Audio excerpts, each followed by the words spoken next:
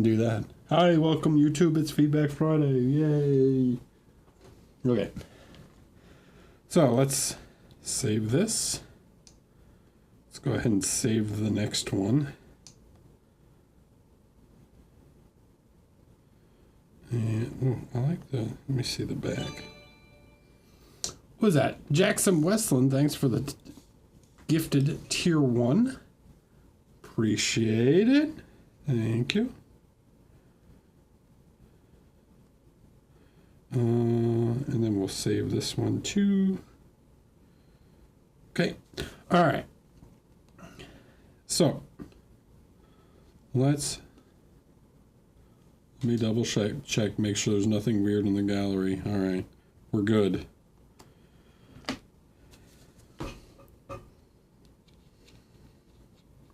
Thanks, Jackson. Okay, so should be good to go.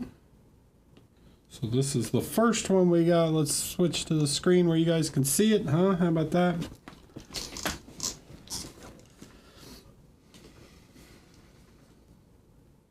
Yeah, please don't.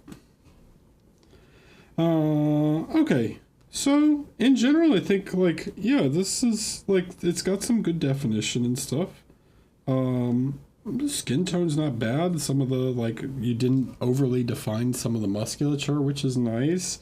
Like all the lining around the leggings, I guess, is pretty good. Base is a little snoozy, but that's okay. Hair looks all right. It's maybe a little too similar to the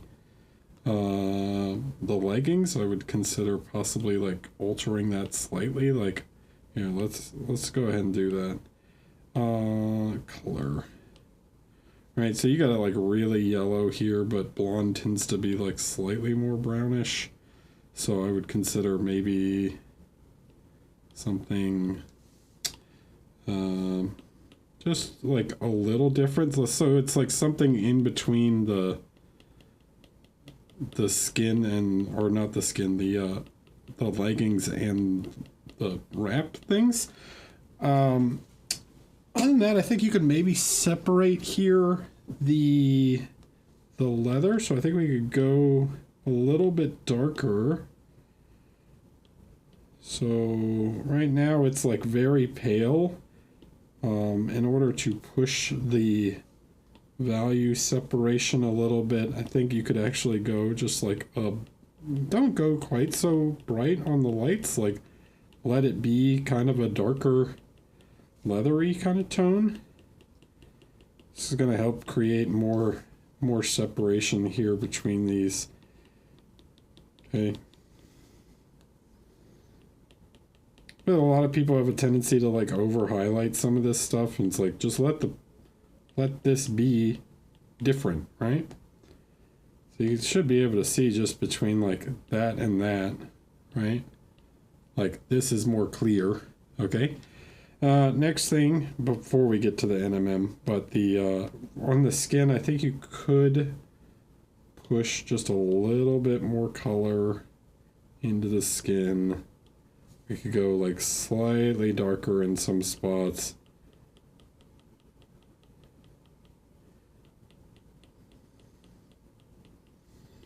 Just a little bit more shadow here. A little bit more color tone.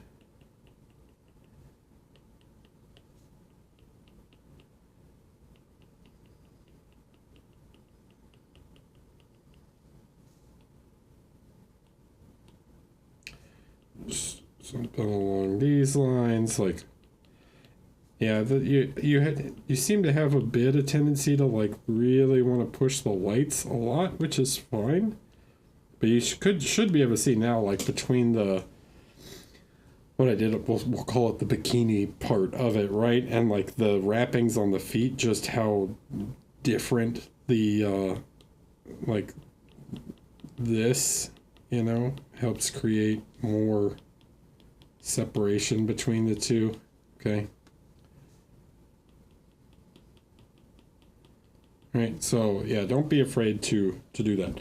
Now, Base, I recommend just adding some plants or something to make it more interesting. And then when we get to the metallic has some problems. So you're doing what I would call an NMM to be like I call these laser reflections, and what I mean by that is that you're doing this thing where you're like I'm gonna make this like reflection here, but you don't spread it out enough, so you get the gradient really is like this wide, okay, and then everything else is kind of the same. So you did it right here also, all right. It's not so much, yes, you have to define the edges, but you need to think about the shapes too, right? So like even here, you're just like lining everything and everything's sort of the same, right? But you have this form that exists on top, right? So you need to create some light there. So what I would say is take some of this and let's like bring it out. Let's think about this shape. Right? And this shape is going to like continue down like this, and it faces towards light. So you're going to you want to like soften these out a little. Yes, you need the edge definition, but you want to soften out the shape more. Okay, find one of these planes where it faces, and this plane faces similar to that top diamond, right? Even here, just like putting a little bit more. Okay, if this is going to get a reflection here, this is going to repeat like here on this curve a little bit. It'll repeat on that curve. It'll repeat on the top of this one. And then try and come in and create some like separation like this. The photo is not quite big enough for me to draw it as small as I would like it, but some sort of separation there. Okay, now you have a sword with what I assume is some sort of bevel on top, like it's a giant falchion or something like that. So you have a bevel here. You need to separate that bevel from the flat, okay? So the sword has a flat and it has a bevel, and we want to create some sort of separation between these two. So I'm going to push the light on the bevel a little bit more. Right, something like this. And then I'm going to come back with this darker tone, and I would actually recommend even darker. But so something like this deep brown or black gray, and I would lower this down. So this doesn't need to be this bright. Okay, we're trying to create, so it's a change in plane between the bevel and the flat. And by creating that bevel and flat, we create definition and like a clear change in plane between those two. So you should be able to see that this is like a much softer reflection now, but it has a much more clear, like that part is curved because we get a gradient and the other part is flat. Even this back here, like this should not be this bright. So we can tone this back a little bit. Okay? So something along those lines. All right. Beyond that, I think like the rocks are pretty nice. You could maybe add a little more color variety to them, and yeah, do some more work on the base. But then, yeah, you could maybe come in with like a little bit of reddish tone and just like try and create some like soft amount of color through glazes in here to like create a little more interest in some of the skin tone, because right now like the ears should be like a little more red, right? Here maybe a little more red in the hands, right? So just like try and introduce a little bit more color here and there. This one, you here on this hand, you didn't do like any dark lining, so you'd want to do that. Okay.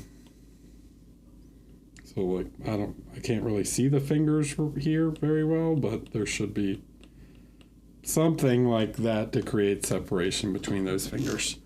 Okay. Hope that's helpful. You could also probably create hair tends to be pretty shiny, so you probably could do to like create a little more shadow in the hair in order to make the other parts feel brighter by contrast. Hair's pretty silky. A touch I like to do with figures like this is if you take the skin tone here, when you have this like strong hair part down the middle, I like to take some of that skin tone and I like to like put it in that part. And then I would take a little bit of the darker color, something like this, and create a little bit of a line that separates that. So it's like you're seeing the scalp where the hair parts.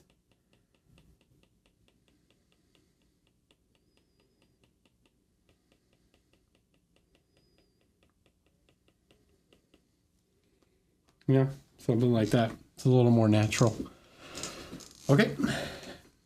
Hope that's helpful. That's the big things I'm seeing. Yeah, but the main thing for you is I would focus on I would practice some non-metallics some more, because you have the right idea, but like for bigger shapes, try and make that shine like more broad, right?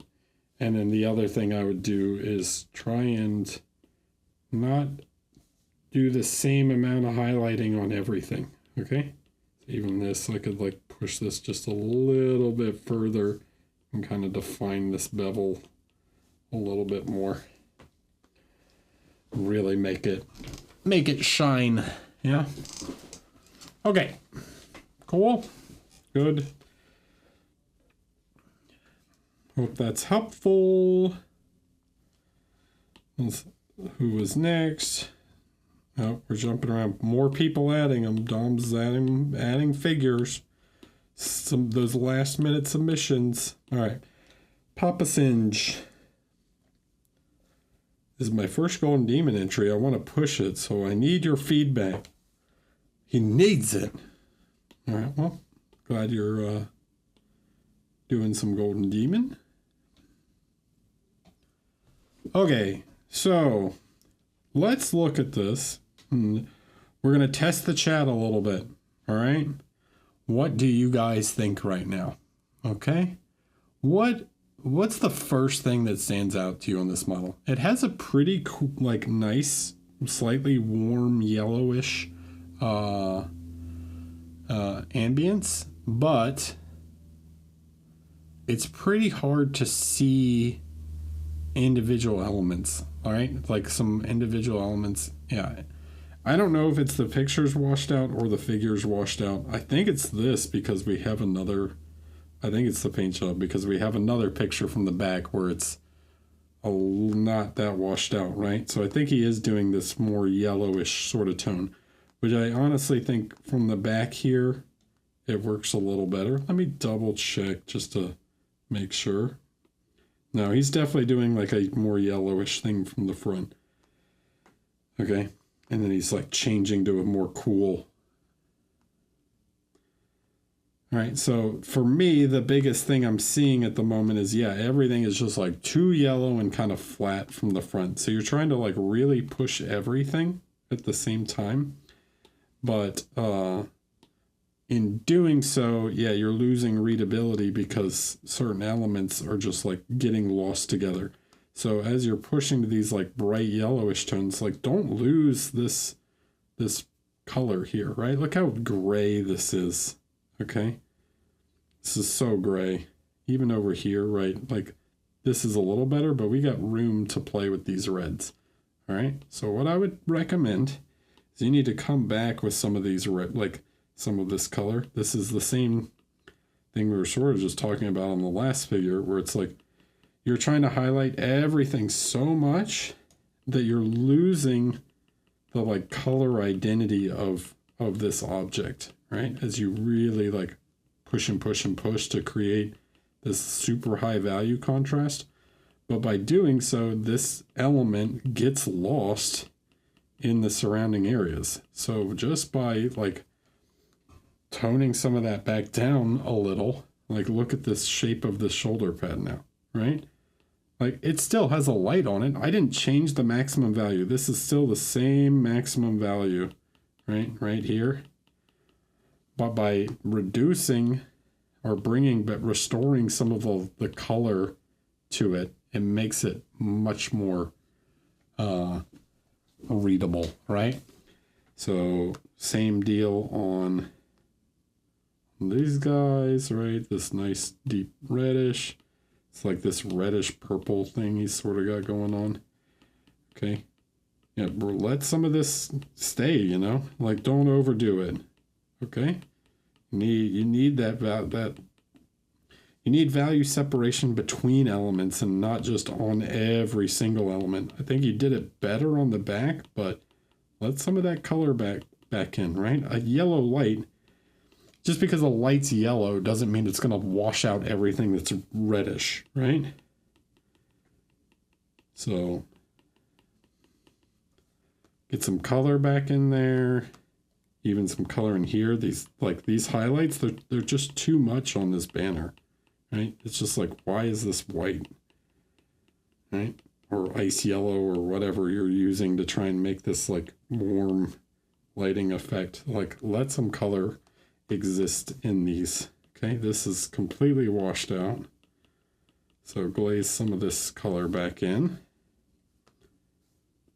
All right, glaze some color in. Get some color back in. Okay. Then I would do the same to some other elements, right? Like the wolf. The wolf I actually think is pretty nice. Here, right? It's like getting into these like brown grays, but I'm missing some deeper tones. Get more into these like deep blacks. Right? Like let's create some more contrast on the metallics so that the gold and steel will stand out from each other. And then his skin has gotten completely washed out as you add this light yellow. So like you're all the way over here, but you don't have like any of this, right? If you think about like a lime green like this, you add a yellow light to it, it's going to be like a nice intense green. Okay, so I'm going to make this like a saturation layer. Right, like get some color back in there, you know?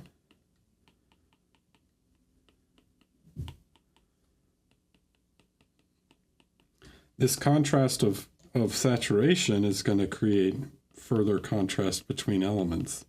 Okay, like you can see now I'm adding this color saturation to the arm. Like there's no more, it doesn't even like know what to do because there's like no more color information left in there. So I've got to come back and like actually add green to it to get it to even recognize that there's color in this. And you've washed all the color out completely. All right, so grab a little green, get some green where it starts to transition into the shadows a little more. Okay, maybe get a little shadow right there.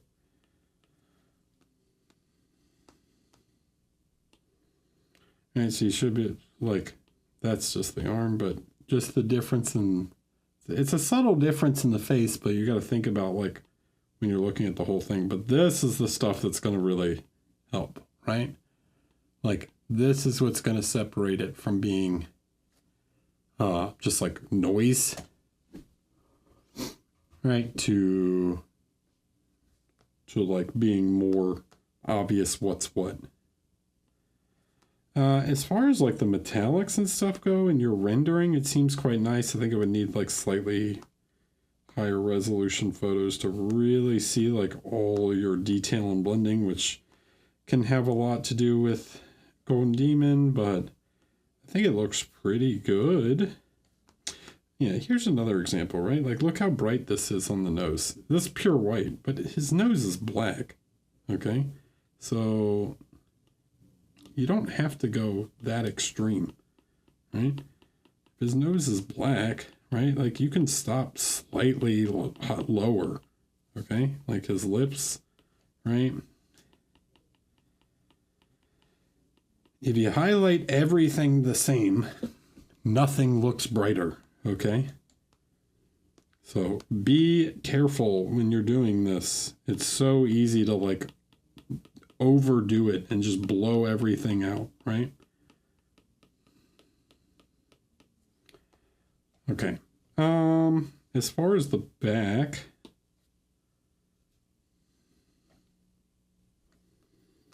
I think the back is better, right? Like this is so much more readable on the back.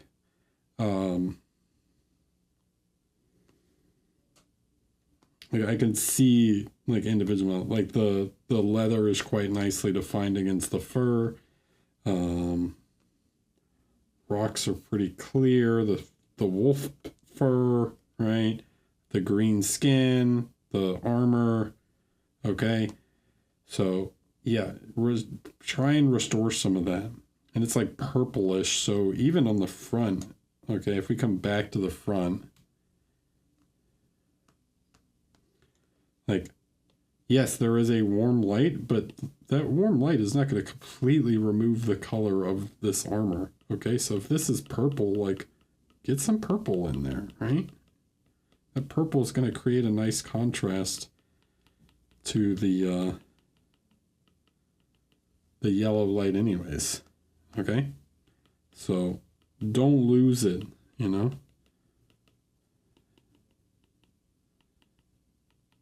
And yes, visual consistency from the front and back definitely matters. Okay, your shadows on the front side should be purplish.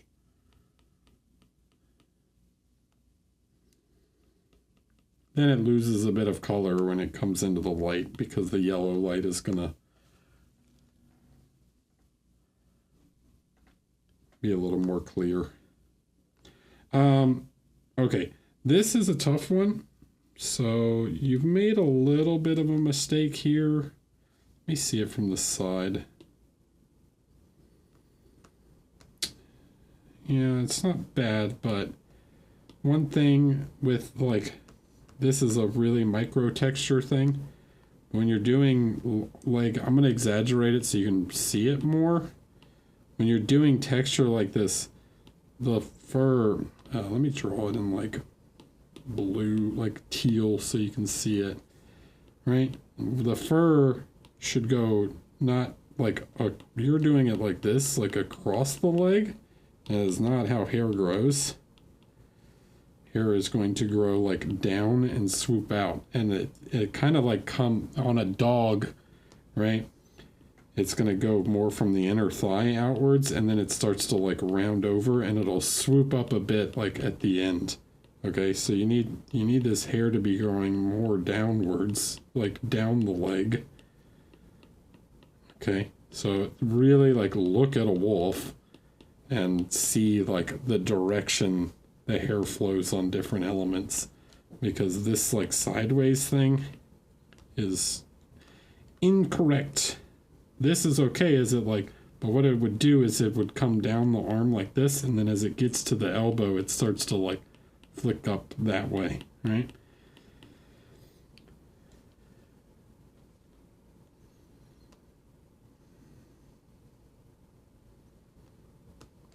So just use reference, look at how the direction of the hair grows, and that'll inform more.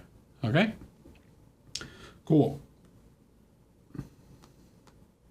Good luck to you in GD. Just make sure everything is super, super refined, right? Okay. Who is next? Bunculator. Painted this in a workshop recently. I wonder if it was with Magnus. First time doing a historical and a bust. Would appreciate any feedback you can give. For the ambience, I'm imagining him in town close to sunset. Okay. So the metals are being influenced by yellow sunlight and orangey brown buildings rather than just a blue sky. There's also a grimy green reflected in from the streets below. However, I think it just ended up looking like gold or bronze. The breastplate volumes also feel a bit confused. Also feel the color scheme is a bit one note, lots of tan. Oh, yeah, okay. So, everybody wants to do fancy sunsets and stuff. But what's the number? What happens in a sunset, guys? Where is the position of a sun in a sunset?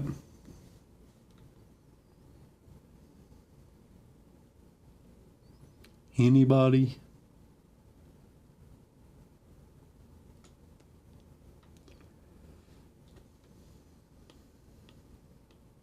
Here's the ground. Where's the sun? It's on the side. It gets, well, not necessarily on the side. It's lower, right? It's pretty close to, like, directly forward or behind or side, right? It's not up in the sky. Okay? So, is anything on his helmet, on the non-metallics, telling you that the sun is on the side right now? This reflection right here, where is that telling you that the sun is currently? Well, first of all, what it's telling me is that there's one sun here and then another sun kind of over here somewhere. So there's one like this.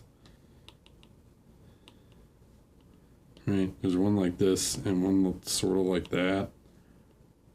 Maybe more like this. Okay, and then the face is like kind of from the side, but he has this dark shadow over the brim. Okay. There's also just big shadows everywhere. I don't know if sunset is the correct approach for this. All right. So I would stick with the lighting you have now. If you want to make this steel, this does not tell me this is sunset. It tells me is, yes, you're correct. Hi, Zaba.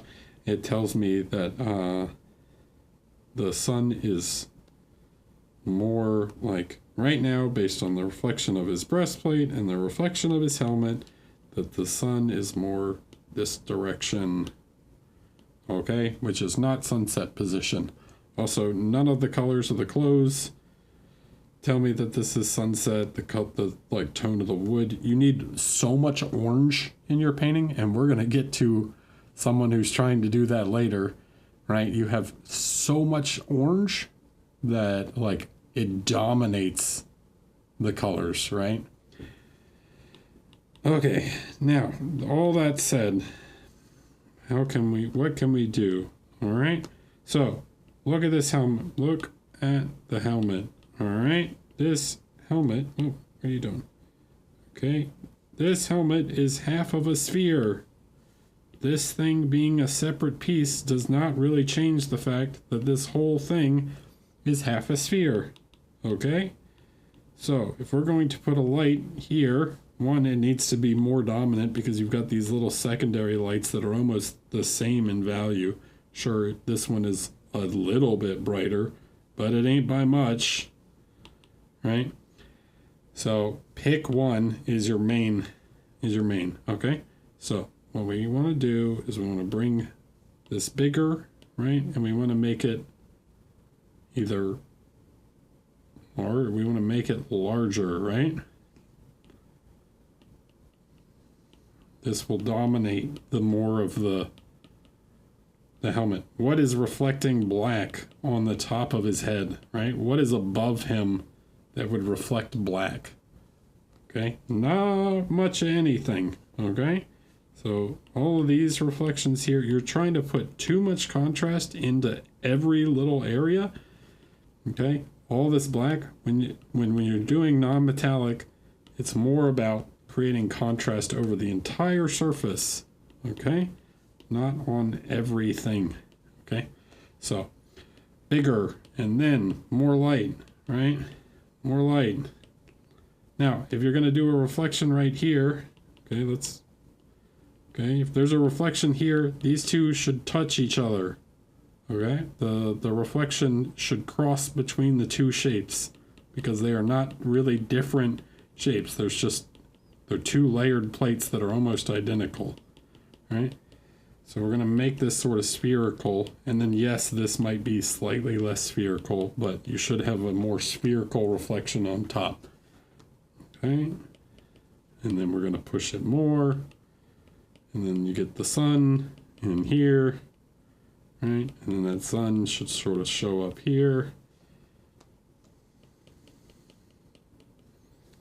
And then you define the edge. And the edge is based on the direction. So this edge is going to catch more light than this edge over here, right?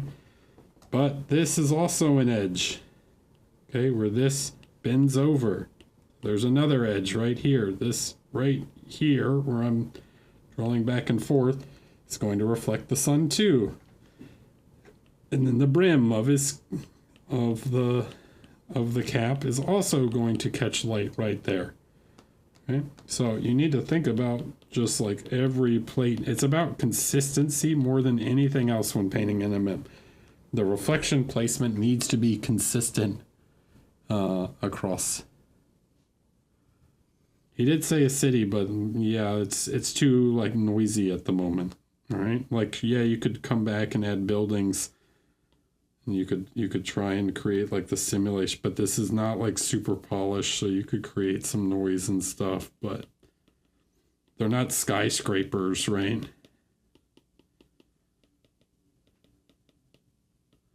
Yeah, you can come back and make noise, but this is the thing, like, and I've tried to stress this with some people recently. Simplify first, okay? Always try and simplify first and then add detail later, right?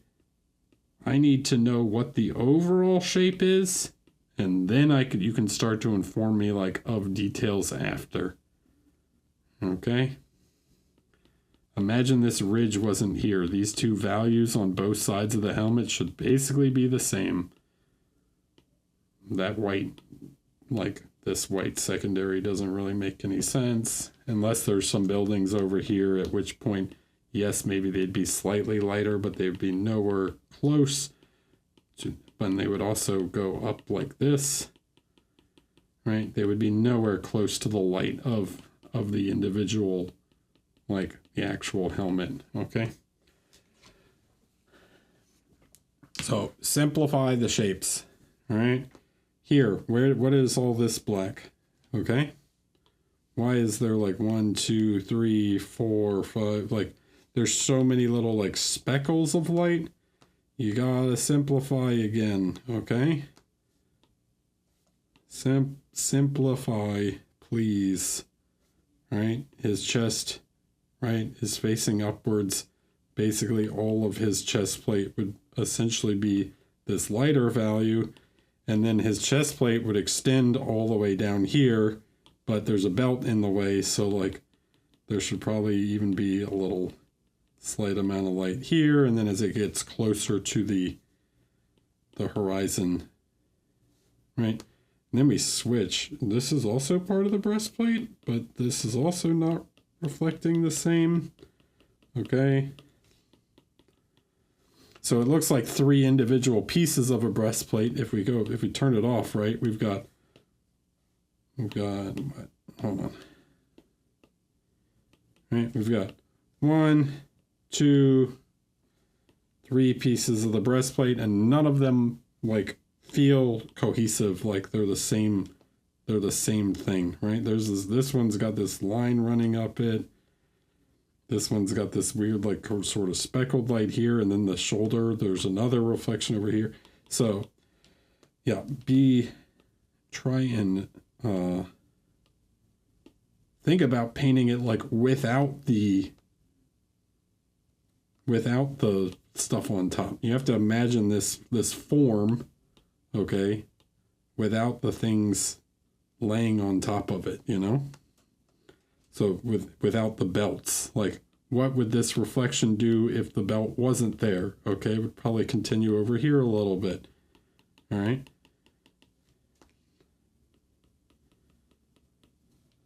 And then we push the light to make it the same. It should share the same sun position, and the sun is always going to be like pretty big, and it's going to be pretty large because it's going to bloom outwards. It's so intensely bright that like spills over into other areas. Okay. And then you solve for secondaries. Okay.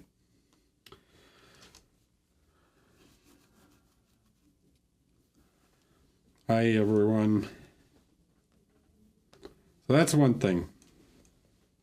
All right. Face is okay.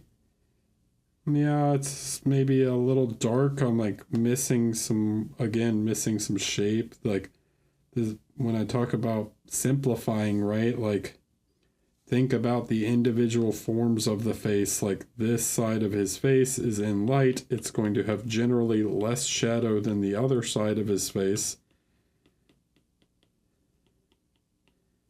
Okay, but then maybe a little bit of light gets onto this side. Like why does he have a yellow highlight on one side of his face, you know?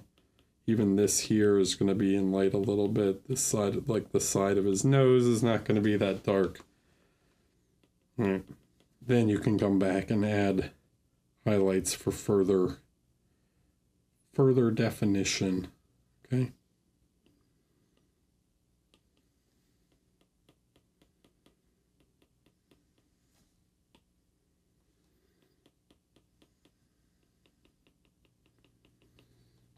Shape, form, and value, guys. Like, we have to define the overall forms first. Do not get lost in details, like, immediately. It's so easy to get lost in detail and you lose the overall shape, right? So simplify, right? Which one looks more natural? This face or this face? Okay.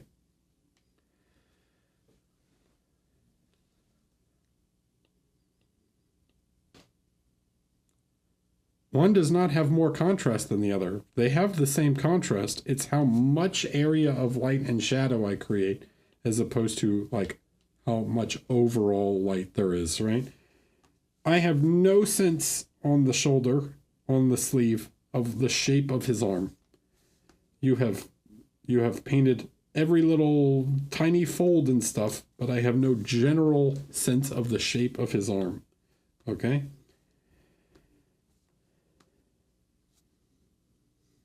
So, simplify. Simplify, simplify, simplify. Right? Same with the beard. Detail. You're painting detail. I gotta paint all the little lines on his beard, right? But what about the overall shape to his beard? Okay?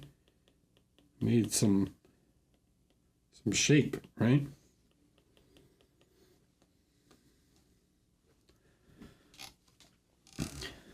Okay. Good? Yep. All right.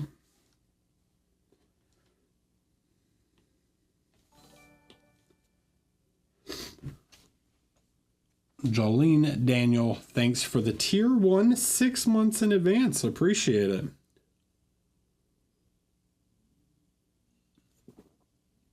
Thank you, thank you. All right. JR to the rescue. Hey, Eric, please give me general feedback. Okay. Short and to the point.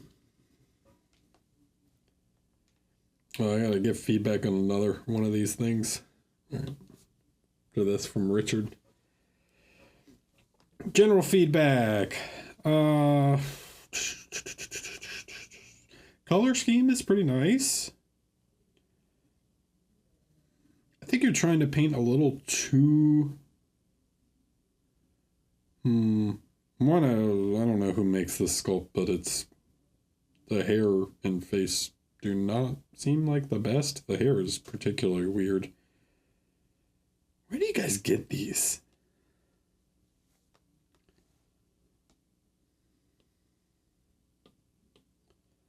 Anyways, okay, so on the face, right? We have no, like, the face has no shape right now.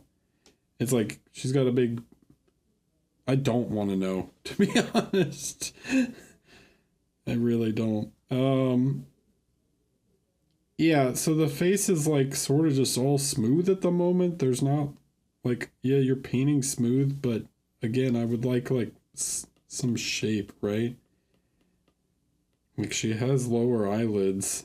The problem when you have a sculpt like this where everything is just like super smooth. There's no clear like form to anything. Okay, so we have to think about like how can we create some form to this face that's not sculpted. She has a very small chin also. All right, so light and shadow, right, helps define form. I'm gonna end up like, I don't want to sit here and redraw this whole face, but you know, like the cheeks have shape, right? Let me do this real quick. Okay, we want to start to think about like defining the shape into, or the face into the planes. Okay, so what do you have? You have the forehead, and the forehead kind of rounds over, right? You've got the bridge of the nose. Okay, you have the nostrils, those are small shapes. You have the cheekbone, which kind of comes like this and sort of comes down and then joins the side of the face, right? The jaw, you have the chin. Okay, you have these tiny little shapes like here and here. You have this part of the face. All right, this is gonna look crazy, but then you have these sort of shapes like this that connect to the nose, and then you have these shapes like on the cheeks, right? Right now I have no sense of any of these shapes. Okay, there's another little form right here where there's the bridge of the nose, right? This is the bridge, and then you have this little thing right here. You can see it's in shadow for me, but it's this little trapezoid between the forehead and the bridge of the nose. Her face proportions are definitely off.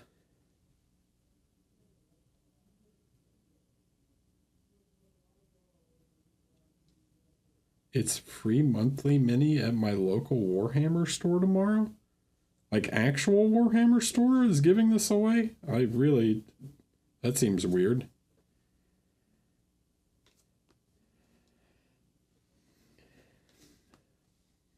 Pretty sure they're not supposed to be doing that. But we've got to try and get some of those shapes back, okay? So,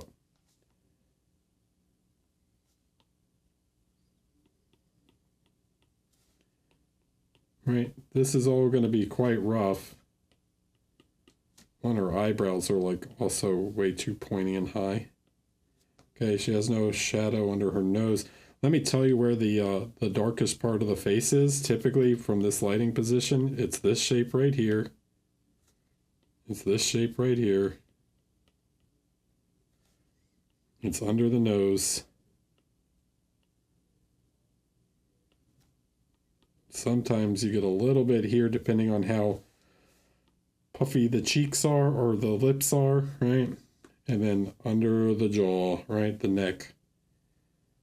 Okay. Those are your big, like, normally really dark shadow shapes if the lighting is more like front above.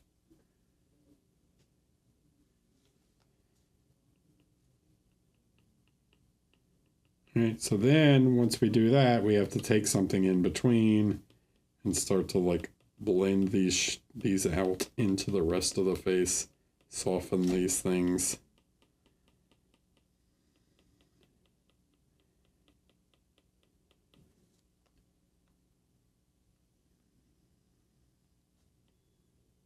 Right, this little shape here that goes across the bridge.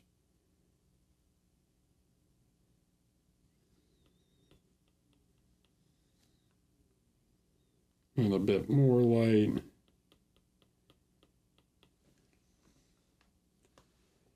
You get this light that kind of comes up in here. The light that goes across, and then blend these cheeks out. Okay. And then often you will have another light that kind of defines a bit of the jaw. Not super bright, but it's typically there. This sort of comes out here. Another thing you're kind of missing is the corners of the mouth. You don't really have at the moment. So the mouth goes all the way across.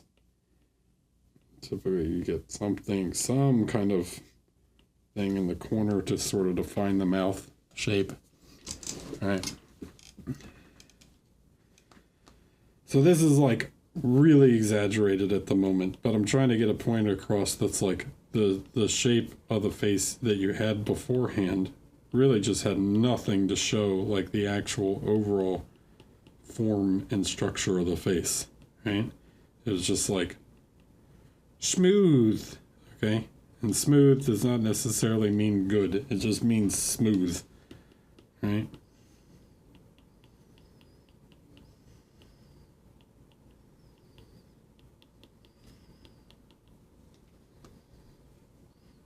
Okay, then I grab some sort of colors in between and I start to create these like intermediate tones that then soften these shapes out.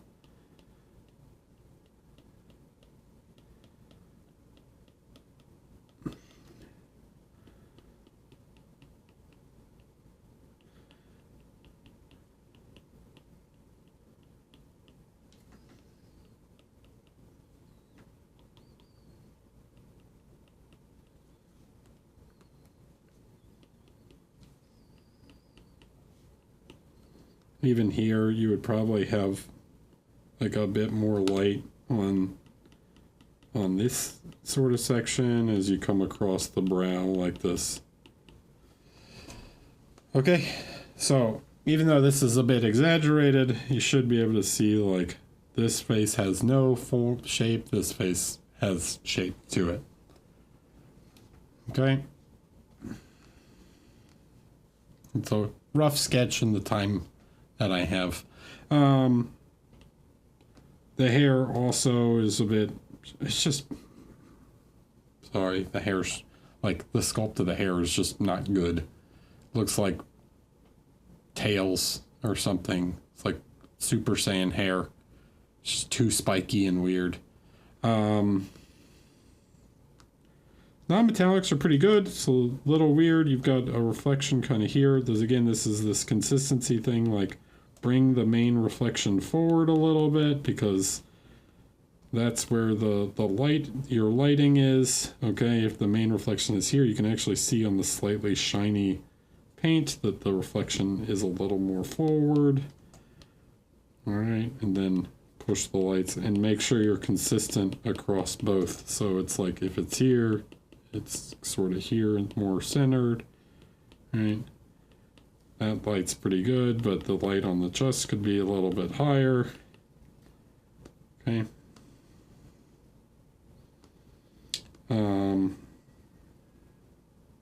Don't super understand this blue and why there's two of them, but if you're gonna do that, I would like kind of join them more. Like here you have sort of one, but then that should also probably like, if there's something making that bright blue reflection in the like the black leather, it should probably show up also in the armor somehow.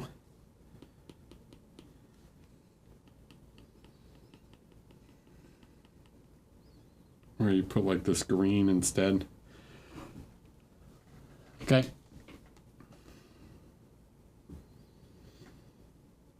So just like try and be a little more consistent. In terms of color scheme, yeah, it's pretty good. I don't like this red over here. I would get rid of it. I would make it like more like this magenta so it matches the gem. Right? Radioactive arm. Hello, welcome. And I think that would be like the big things I kind of see. And I think that'll help you a lot. I would paint more bust faces. Okay? I think that would be interesting for you to work on that stuff. All right? Cool.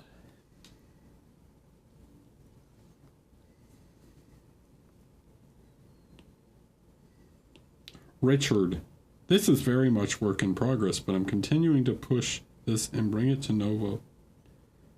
Bring it with to Nova, hopefully. Could you provide feedback on the face and also the light direction on the metallics? Okay. Hey, look at this. Pretty good. So here's something I like to see.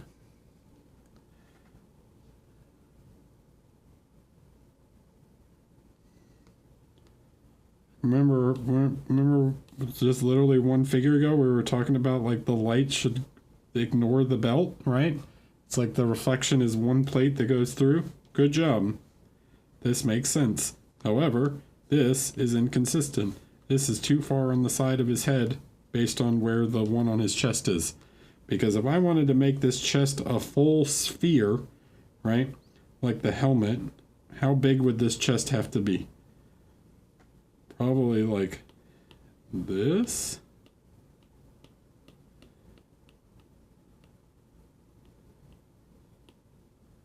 Right, if I was to make it like an egg shape, it would probably have to be this big.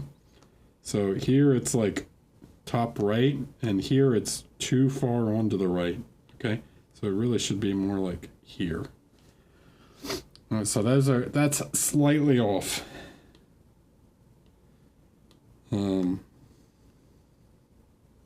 So this should be more, more like here to match the chest. And bring it out more, right? You're doing like, I don't know, it's very black at the moment. I guess you're going for like a, if you're going for shiny, right? Do shiny. If you're going for like a dull metal, do dull metal. Don't do both. Okay? So right now the other parts of the chest tell me this is how black it is. It's dull, so you get a much more reduced reflection here, and it's more like spread out. You can kind of like beat and wear it out to look more hammered, right? Does this guy got like a perfectly polished breastplate, or does he have a more rough breastplate, right? So consider the type of metal, how the metal is, and how the metal is finished, right? This helmet it's just too flat at the moment.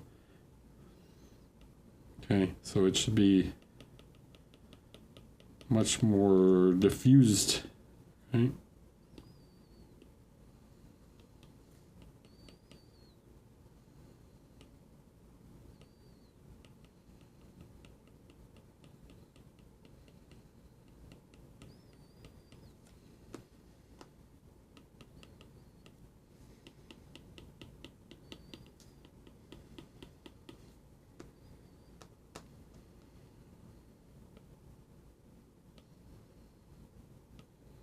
And you can push it, so it'll get pretty bright at the end, but it's a little bit of a softer, and then you kind of, not that much, but you get these other little like chips and dings, right, as it goes around. Like the imperfections. Watch the Adrian Smith Goblin video on how to do this. Okay, if you want to do like a beat up metal, right? Hi, Roxana. Hello. Gun also needs a more intense little reflection on it, but yeah. What did you ask? Something about the lighting. Could you please provide feedback on the face and the direction of the light on the metallics? Yeah, so the direction of the light, yeah. If you fix the helmet, that'll be better. The face, it's not bad. Not bad. Probably a little too much shadow over here compared to over here, right? Very similar. So I think you need to bring some stuff up a little bit. Like this doesn't need to be quite that dark.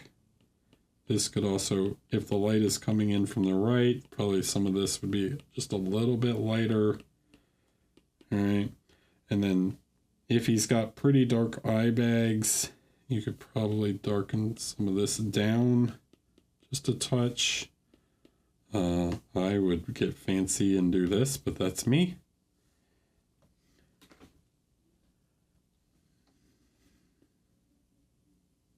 Assuming that his helmet at least puts some kind of shadow on his face.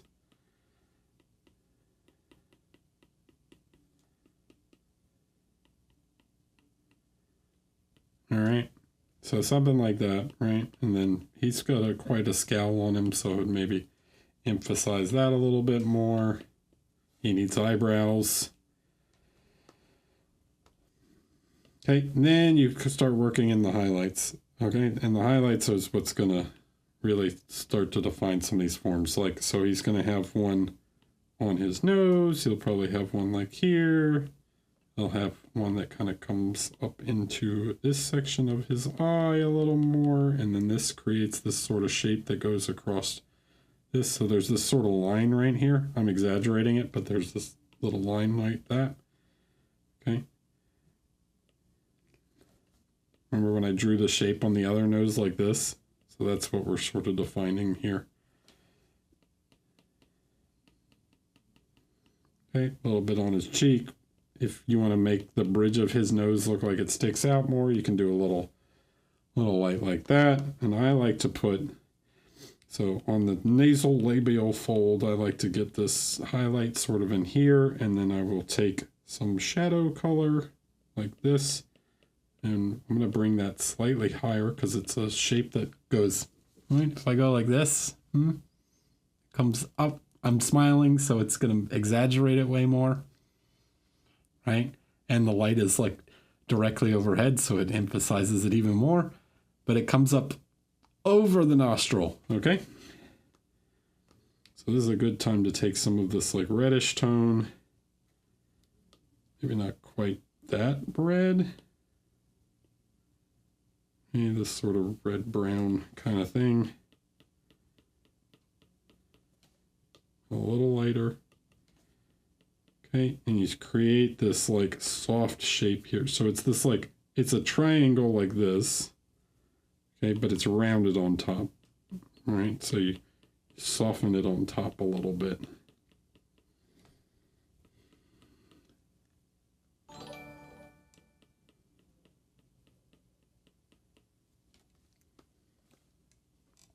Okay, so it's a shape like that.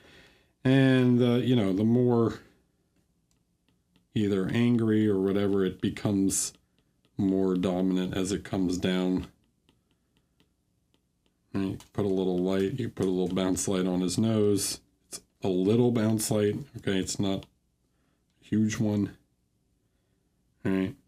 And then, yeah, you kind of bridge these together. And then you can sort of define the jowl.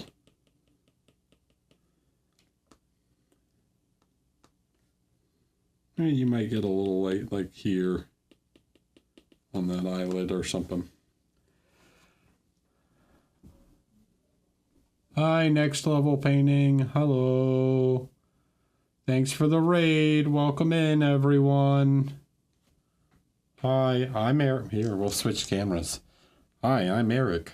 I paint miniatures. We're doing Feedback Friday, where I do user-submitted feedback sessions. We are looking at this guy right now and giving some feedback on the face and the metal.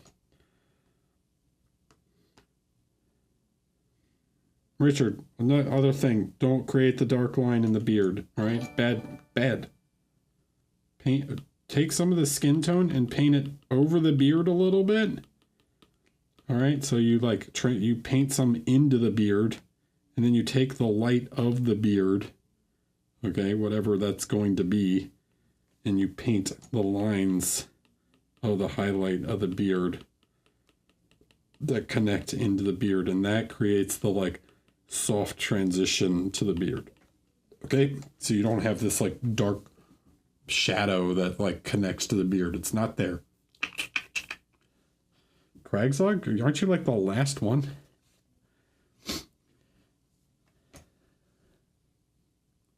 Waldozy, thanks for the follow. Appreciate it.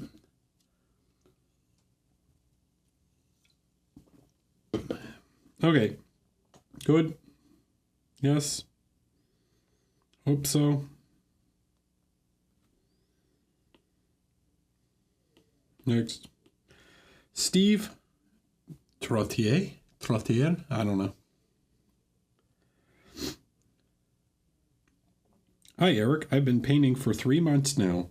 I love it and want to get better. I would appreciate some feedback on this mini. And what would be the next steps for me to push my painting to the next level? Also, you've been painting for 3 months. Practice at this point. It's practice. Also, thank you for doing this, and it gives a lot of motivation, and I appreciate the knowledge. I'm still trying to figure out how to take pictures and the base is not painted. Okay.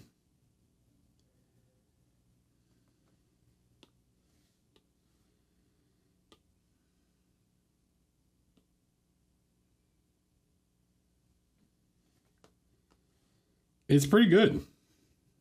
For 3 months, not bad. Being pretty ambitious with the NMM and everything. Okay, you're doing volumetric painting. Talked about this, but do not overdo. All right, let's look. Okay, okay, you're going for like a shiny black sort of thing. Don't overdo it, right? You don't have to go crazy. Maybe even like, you know, like even if it's just like a grayish blue. Okay, let's make this a multiply layer, right? Her hair is white. Okay, right now the reflection on your black is brighter than the reflection on your gold.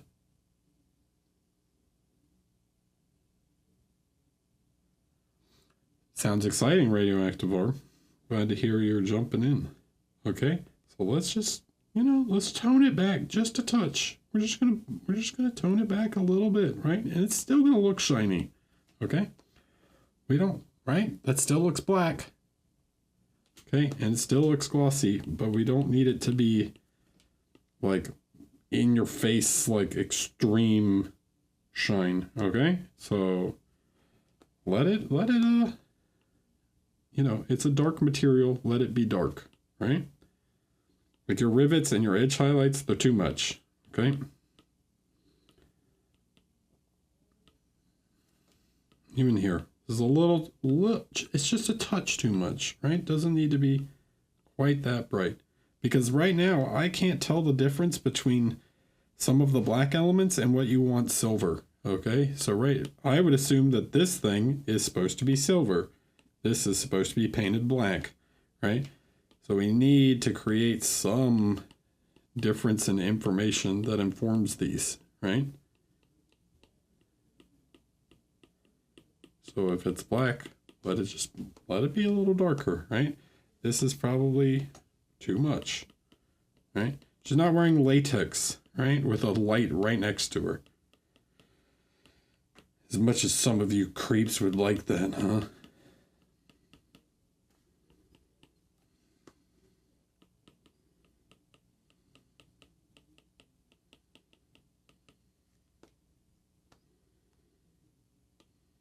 Okay, look at the difference. Too much. Actually, kind of reads more like black, right? All right, next thing. It's pretty. Honestly, it's pretty good. Like, yeah, you could have like the face could be better. There could be a little more definition.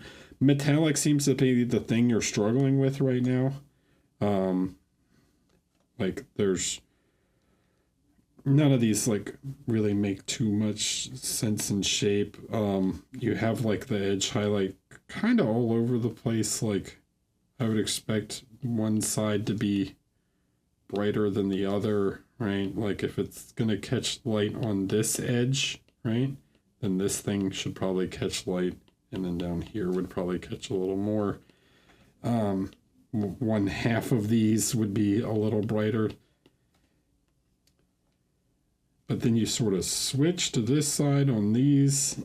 So metallics is all about consistency. You could paint that a little thinner. Yeah, another thing with gold, this tendency to like go overly bright, like, and lose some of the color information. So what I would say is you need to come back and like make some elements darker.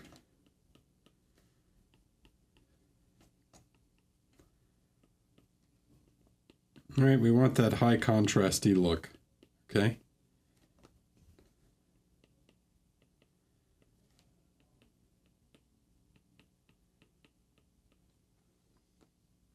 So we need some contrast. a lot of this stuff that's so thin like this, you can get away with mostly painting just edges. Even this, it's like you need a little more darks like in between the beads. This probably should have some sort of reflection like this to really define that edge separation in the edge there. This one's not bad actually, but you could push the shadow a little more. All right, so consistency here is really like this is just yellow, right? There's nothing that tells me this is like a gold fleur-de-lis, right? So we need some sort of darker yellowish tone in order to get a little more color in there. And I get it's really tiny, but it's just a thing that takes practice. Wombly Vantanu? If I posted mine, you'd probably... No, I'd give you about 5 minutes like everyone else.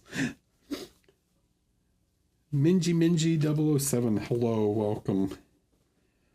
But yeah, okay, so don't over highlight everything. I get you're going for shininess. The red is quite nice. You didn't overdo the highlights on the red. That's good. The shadows on the hair is quite nice, right? Like it's supposed to be white so it reads well. I think you're just overdoing the black and you're not doing enough contrast in the metallic, right? So you got to strike that balance.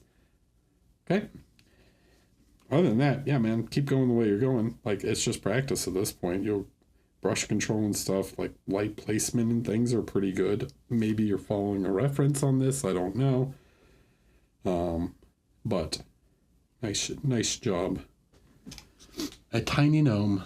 Hello, welcome. Thanks for following. Sorry, Wobbly Vantanu, I do not have chat commands. Maybe someone in the chat can send you a link. Oh, it's just like below. There's a link below. Right? And I don't have the chat bot enabled. What is that? Adam Spam. Hello, welcome. Colin, I'm new to painting and Warhammer, and I'm really glad I found your channel. I'd appreciate any feedback on what you should give, what I should focus on improving next. Thanks in advance. Okay. Which one's better? This is a better photo. Oh, this is a rough primer. I don't know what you're using to prime here, but it is rough. Yeah.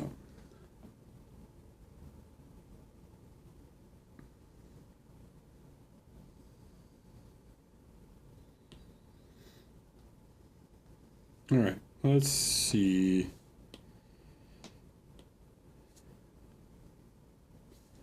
Okay, so what are we missing? What is the thing that you would see on this figure and you just go like, it just doesn't have it, right? What is it missing, guys?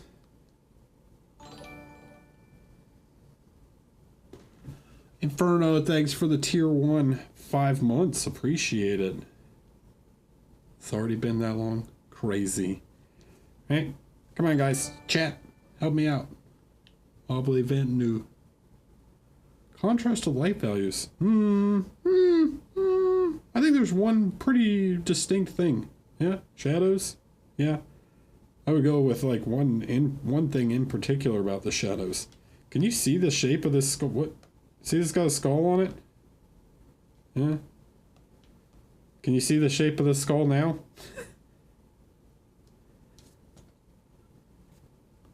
How about the metals? Can you see any of the detail in the metals? Dark lines, yay! Thanks for saying that. We need some dark lines. So you could do this with washes or something, but if you want to do it by hand, yeah, comes down to just painting some thin lines. Right? You gotta outline some things. You need some shadows. Washes typically do this, right? So maybe play with some washes to see how they work for you. And then maybe you can start doing it by hand if you feel more comfortable that way. But you need some dark lining, right? This gold, it needs an outline, maybe not pure black, but like a dark red, Okay, so if I grab like a dark red and I outline this, you're going to see how much this makes this symbol stand out. Right?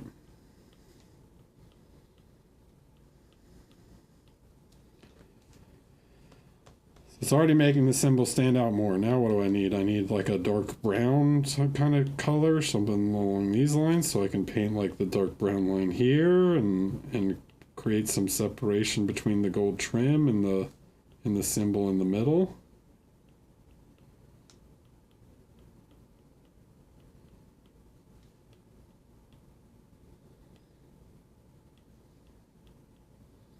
Right, some shadows in the skull, and then outline the skull a little bit. Right, there's probably some kind of line that goes above, but even that, like, now you can see the shape of the symbol more now. Okay, so it just needs, it just lacks definition at the moment. You gotta have like the lines that make it dark. I also think unless you're going for gray armor, I think you're not going dark enough. Okay, so if you're going for a black armor, like pretty typical, like the one we looked at previously, your volumetric lights are too big. Okay, most of what we see on black is like the sort of glossy reflections. So unless you're going, like I said, if you're going for dark gray, that's one thing, but if you're going for black, you need more black. Right? And washes and stuff are going to help you pick out all these little rivets and details. Okay, they will show you this stuff. They're not... Washes are actually pretty good for dark lining, right? To give you, but you have to go back and they can sort of run out a little out of control. Pen washes are better for just going into recesses and things. But yeah, you could definitely go darker on some of this stuff. Okay.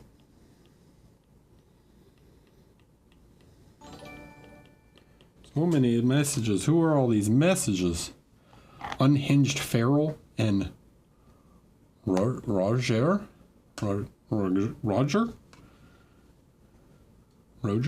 Hello, welcome. Thanks for following. Okay. Definition. I'm going to talk about definition. Then you can start thinking about adding some like shadows and stuff to your, like some volumetric shadows to your capes and things like that.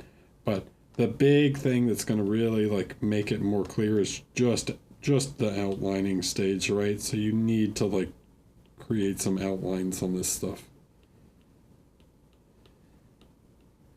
You'll be so surprised how much more clear everything is once you've got some of that outlining, okay? Right, because I can't see her individual fingers and the difference between her fingers and the gun at this point. So if I outline her fingers on her fist, right, and now you can see like, oh, she's her hand on the gun, okay?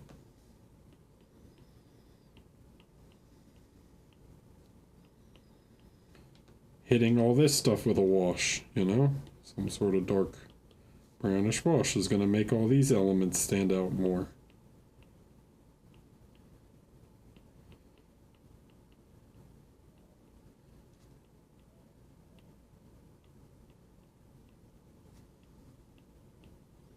Right, I'm not going to sit here and go around and draw everything, but you get the idea. That's going to like really take it up a notch. Right now everything looks very flat and it's hard to see the individual elements to each other. Okay? So, lining. All right. Who's next? How long is it? An hour and 20 minutes already? All right. I'm going to take a quick break, and then when I come back, we will do some more. So, I will be back in just a minute. Hello. I'm back. New to Twitch, once you subscribe, do you just email him the photos for Feedback Friday or through Twitch? No. So you join the Discord, which is linked below. There should be a link down there for the Discord. It looks like this. There is you have to link your Discord to your Twitch account, and it is done. There's a guide in the Discord in the FAQ section. And then that will tell you how to link your Discord, which will, then you'll get a cool purple name like everyone in here. And that will give you access to this channel. Sunny. Hi, Eric. This is a work in progress on a bust that I've been working on. One of the things I've been trying to do with this is make a Jade appear semi-translucent at this angle. Also included a reference I've been using for the effect. But I feel I've been pretty unsuccessful. I appreciate any advice you might have on how to achieve the effect, and any advice generally on how to improve the model. To clarify, I'm imagining the fish. Yeah, it's Jade. All right, got it.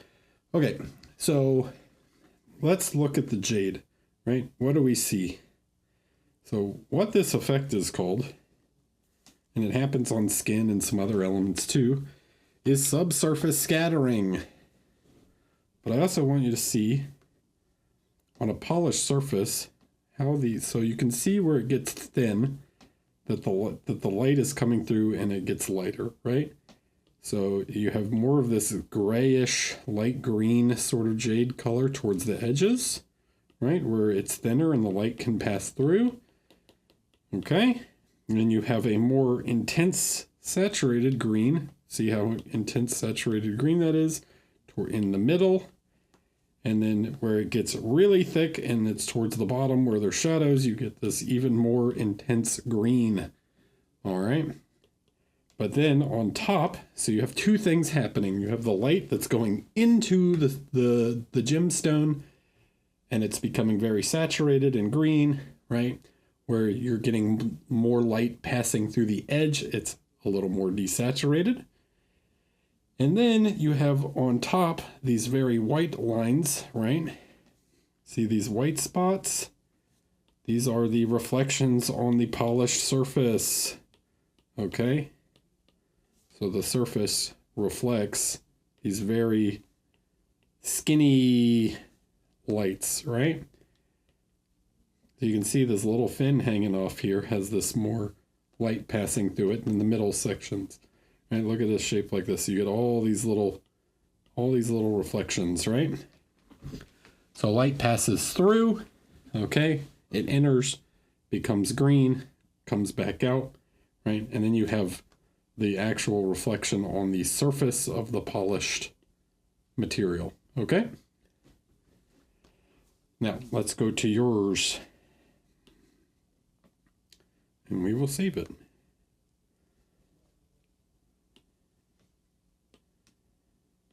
Chat. I need your help, chat. What's the first thing you notice about the green fish? Anything?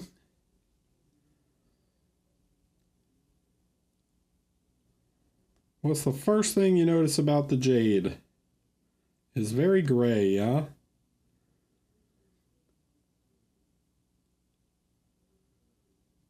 Well, the flower's supposed to be, I'm pretty sure, I don't know. I think the flower's also supposed to be jade. The fish are definitely supposed to be jade. I'm going to go with the flower's also supposed to be. Yeah, it's too desaturated. Look at this color, right? Look how gray and blue this is. The jade is more in this tone. And we looked at it. Let's go back. We can actually just like grab the color, right? Right. Look how green this is. Look where it is. It's like just above this sort of cyan color. Right, and if we take the deep jade, it's basically in the same position. Okay. Yeah, so the thicker parts should be more saturated. Okay. So what I'm going to do is I'm going to make a new layer, and I'm going to come here, and I'm going to take color. Right. We're going to shift it more green, just above that sort of cyan color. We're going to come over here. We're going to make it nice and saturated, and then we're going to paint over the thicker parts of the fish. So, like, the body should be quite green. Okay, ignoring the scales, right? The highlights on the scales. So this should all be a lot more greenish. right? Where it's nice in the thick section. Okay, anywhere where it's like getting very deep should be like this deep green.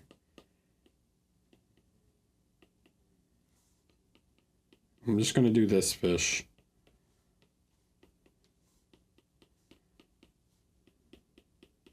Okay, as the fin starts to like join to the fish, you're going to get more green, like this deeper green, okay? And then actually, let's make a new layer and we're going to multiply. This section of the fish here is actually quite dark, right?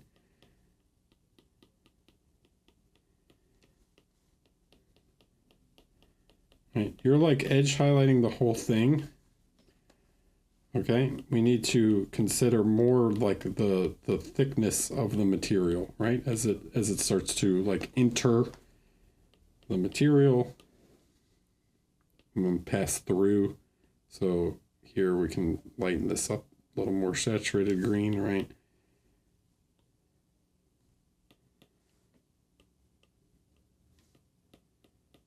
Okay.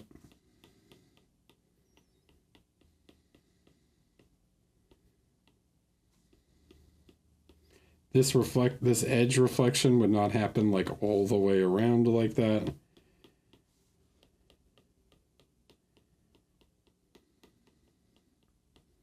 All right, so we're gonna like unify this a little bit and make it more greenish. Okay, even on these parts, right? It needs to be more green on the edge. Okay.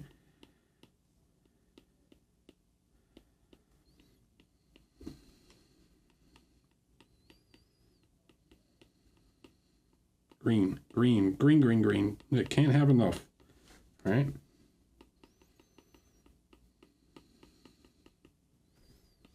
Okay, now, let's say you have that, right? I'm gonna go a little darker on the scales.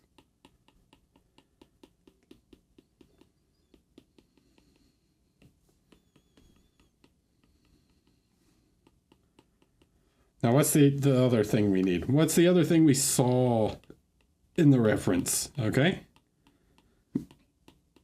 Besides the like greenness of it getting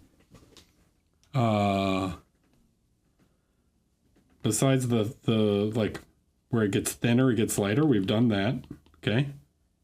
Shiny spots. We need shiny spots, exactly. Thank you, Dom. All right, so we don't have the shines now. So if we want to make this like glass, okay, we need these like white spots, okay, and these are going to be like non-metallic reflections, right? So it's like here, right? We create like we're thinking about where, and the good way to do this, if you've seen me do the water test to make something like glossy, right? This is we're going for a gloss effect here. So there are these like very small, like rounded reflections because it's not an edge highlight, right? It's this rounded reflection that catches light, right? So it's going to be based on whatever shape. So like this, it extends a little more. But we want to create, like, find where that spot is going to be and try and create these like white dots. Okay, so on the fin, right, on the scales, okay, they're not like edge highlights. They're like the light catches on each little scale as like a dot, right? And as the fish starts to curve away, right? Say these like maybe catch like on the actual edge of the scale. As it starts to curve away from us, that might change, right? It might start to like shift more centralized, and then maybe something like one of these scales, the whole damn front of the scale might be like pure white, right?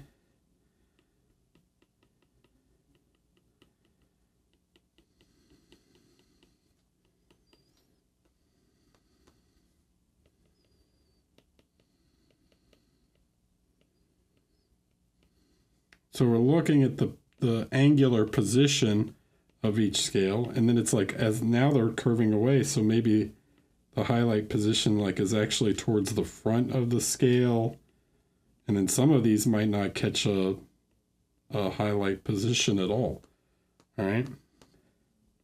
Now this is me like exaggerating here, right? But you might have one scale that's like that, right? You might have one that's just like, man, that thing just hit like the perfect position to like really be super shiny, you know?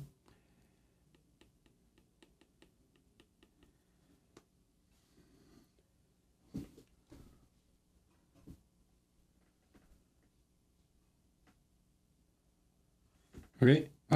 Same with like the fin, right? The fin like here might catch, and then here because it's wavy, right? So maybe there, and I'm picking like a few spots, okay, to make those shiny. This, right? You're gonna have this sort of reflection pattern like this. So maybe here, here, here.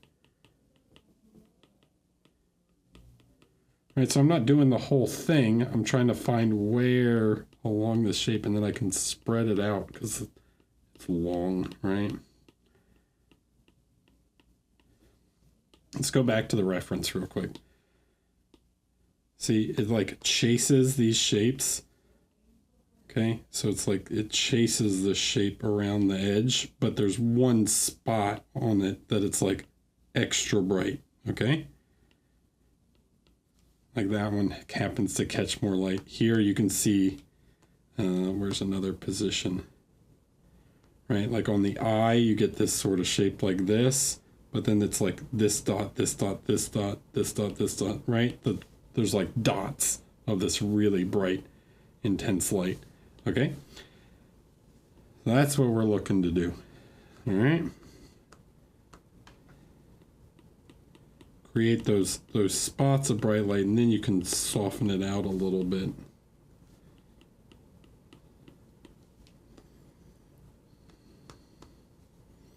Even on the leaves, right? It's still going to be, you have to figure out where it is on each one. Sometimes it might be like, there might be a reflection like in the center, right? As this little curve here maybe just happens to catch light, and then maybe it's there, and right? So on each one of these little flower petals, it's going to be in a different position. You know, if that one catches there, and this one catches on the corner, and this one catches on the corner, but then maybe here it's like that reflection's like there or something. Right? So each one might be a little different. Okay?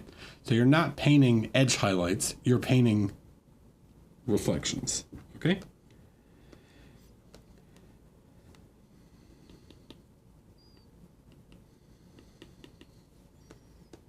All right, I hope that makes sense and was helpful. And that's how you can make it look more like Jade. Okay? As far as the rest, I think it's pretty good. Hair is maybe lacking a little in texture. It's maybe like a little too smooth. Non-metallic here looks kind of unfinished. Probably need some brighter whites over here. Right, probably need to hit some more of these like corners and edges a little bit more.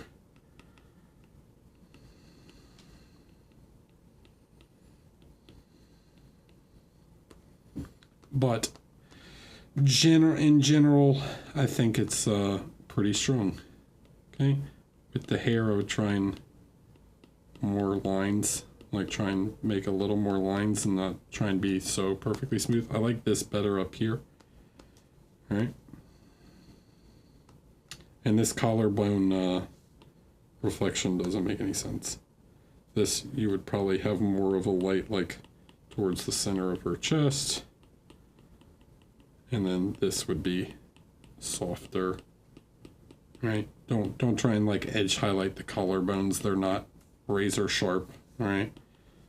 Also, based on this reflection, this shoulder reflection doesn't make any, that shoulder highlight doesn't really make any sense. Would be over more. Be more frontal, like the lights on the chest. Okay. Okay. Good. Clear? Super easy. You got this. It's not, but give it your best. Okay, who's next? Tay. Tay wants feedback on the sculpt. Okay. Hey Eric, thanks for indulging me in critiquing my sculpt. This is a 3/4 figure for bush scale. Still working on details in the entire room, finding various elements, looking for any feedback will help push me show well into competition. So what is the best viewing angle for this thing? I feel it's something like this one, but you didn't really give me like whatever the main view is. I don't know if it's this but here you can't really see the weapon. It's definitely not this, but this one has like the most interesting silhouette.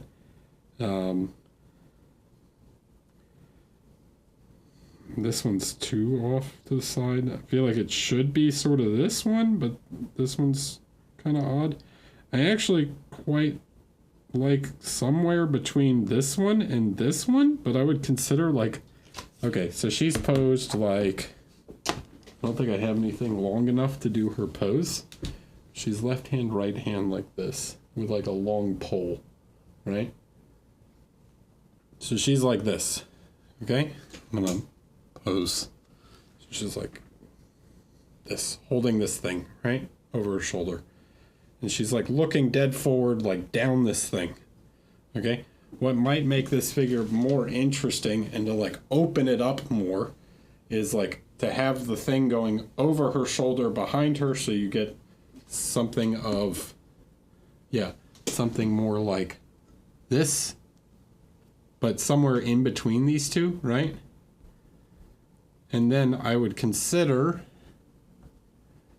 having her like this and turning her head so she's like that, right? So she's kind of looking over her shoulder carrying this thing. Okay? Because right now I don't feel like when you turn her to see her, it closes, you're closing everything off, right? So you're like shutting the main view of seeing like all the detail on that you've done on like the chest and stomach area, okay? And also you've got this big cape over here, but that's the best like sort of view of her face. And then, but you lose the weapon, right? So, or the flail torch thing. So I would spin her and then turn her head, right? Maybe she's like up like this more since you have this kind of like looking up. So she's like something like this, right? Okay, so open it up, right? I can't really draw that.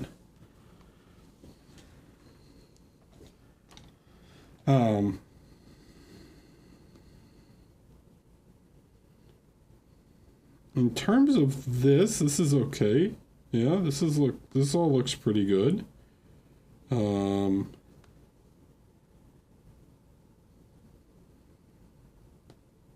Look at her face. I don't really understand the rope chain thing. I don't know if it's supposed to be rope or not. This is really tiny detail that's probably going to be rough. I don't know how well that's going to reproduce on a model.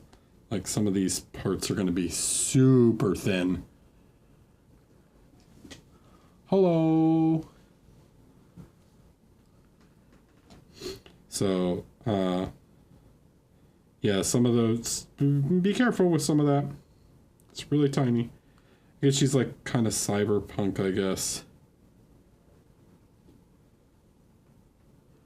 Well, you don't have to worry. If it's like a one-off or like a limited production, you can do 3D printing now, and like you could print this thing, but from casting, it would never happen, right? So, yeah.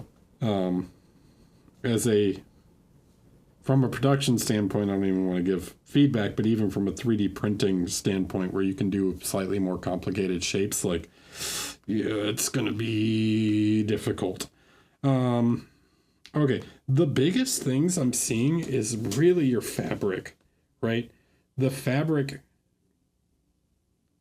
Let's go to another picture. This one I think is really the clearest. Okay, so I'm gonna save this one. I'm gonna draw on top. So give me a second. I'm gonna grab a blanket. I'm also not on the right screen. Blanket time.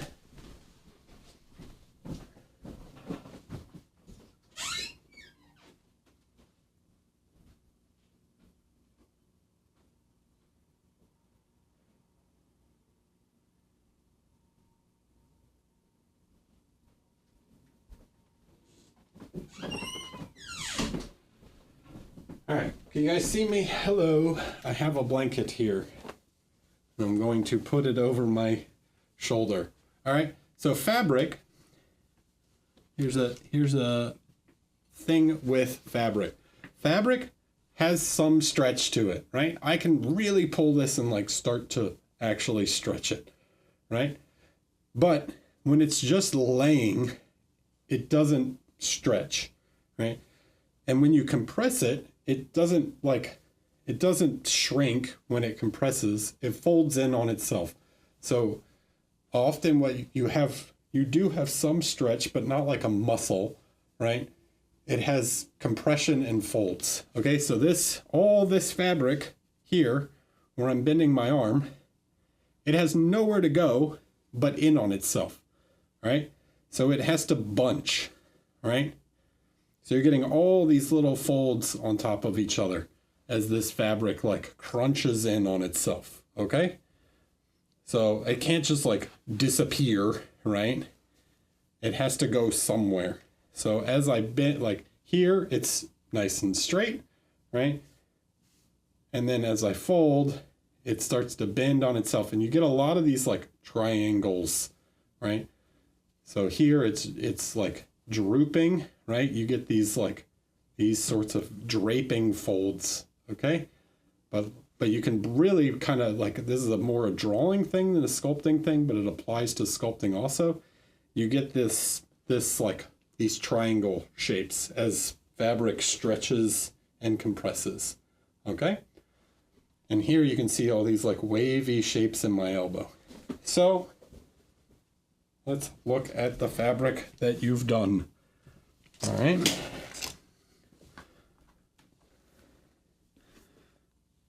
So here, this one, okay.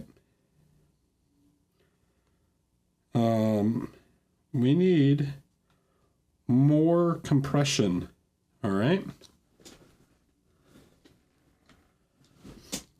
Okay, so you've got the fabric going over the arm, right? But it sort of just like lays on the arm and then comes down. It doesn't, I don't really have like a clear sense of shape to this. So one, the shoulder, it's not going to come off of the shoulder like this, all right? It's going to start to bunt. Whoa, it's huge. Okay, I'm going to draw in blue. All right, so you're going to start to get these shapes where it like begins to compress and form on the arm here. So you're going to get the most compression here, right, where the lines, like the fabric is going to start to bunch up around her elbow. All right, and then it's going to come across like this. Okay, so the fabric's going to like want to pull, because it's stretching around the back of her body, it's going to want to pull this way. Okay, so you have it going down, and it might do that a little bit. So it might here, and then gravity will take back over as it sort of comes around like this. But the fabric is going to want to pull in the direction. All right, so you're going to get more stretch this way, and then up over the shoulder, it's also going to start to bunch a little bit. So more of the folds need to run like this, okay? This stretch here doesn't really make sense. It's like her back or something, but it's going to come up over her shoulder like this, and then it's all going to want to pull towards where there's the most fabric, right? So you're going to get these sorts of folds that come back this direction. All right, and then as it pulls out, there's more fabric there, and you get much more shape to it.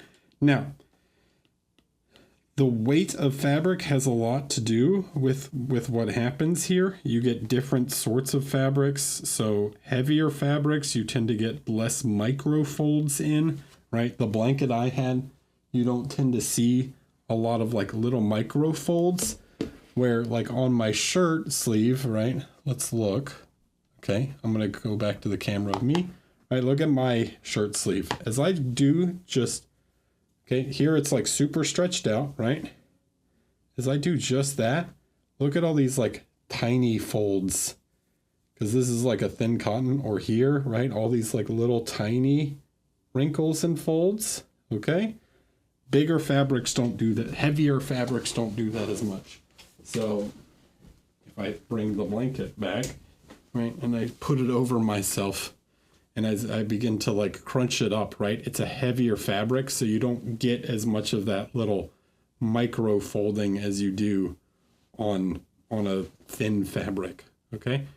You see the difference between like this and this heavier. So what type of fabric it is gonna how much of those little tiny, those little lines that you see, okay? All right.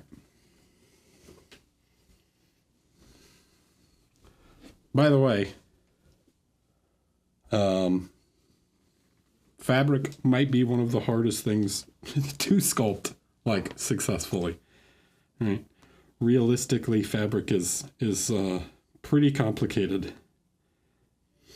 So if we think about the face, right? Let me go back. Well, this will change if you change the position, right? But you're going to have more fabric kind of bunching up around the neck. So you're going to get more like here, right? So like up by her shoulders, like this shoulder should have a ton of bunch to it, right? So this should come up much more over her shoulder as it comes down. And then here, like you might get some that comes like off the back. Depends on how perfect this is cut. Right, but you're gonna get, yeah, these sorts of folds. Now if you turn the head, like this little loopy loop thing right there on, can you guys see that? Like this doesn't make sense, right? If it's coming down, it should come across her face like this. Okay, and it should just go straight. Because the fabric is being pulled down over her head, right? By the weight of gravity. All right. Same here, right?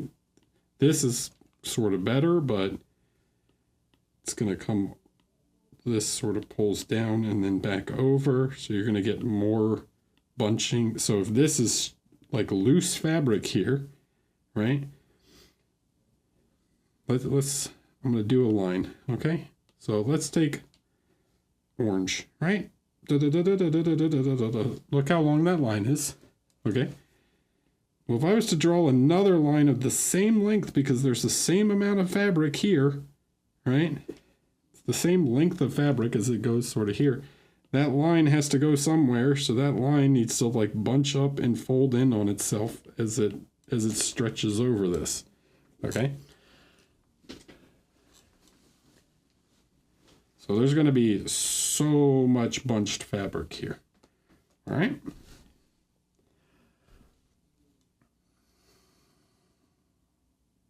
Makes sense. I hope so. The other stuff, I don't really have any feedback on this stuff. This is cool. Yeah. Face is pretty nice. Oops. Let's just get rid of these. Oh. Yeah, I don't have too much feedback on the face. It's pretty good. This might be like a little too tucked in, right? Probably have like a bit more of a natural line here as this like stretches out of her neck. her neck looks like kind of stuck way out right now. Right, it should, there's like muscles here that connect down into the neck, so I think her head might be pushed out a little too far.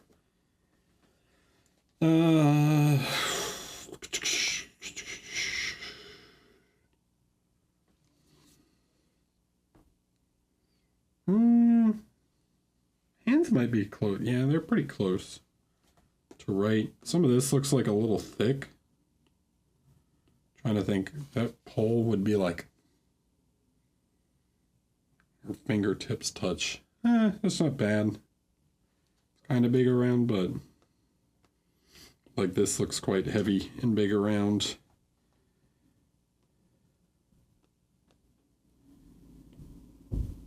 Yeah, okay.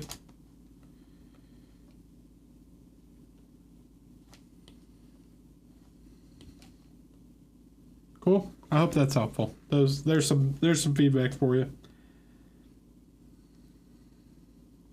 I do like this angle, but yeah, I don't like how much the like this is cool looking, but you close off so much of the figure, right? So like this is a cool main view, but you lose like so much of the front of the figure just to the fabric. All right, next. Okay.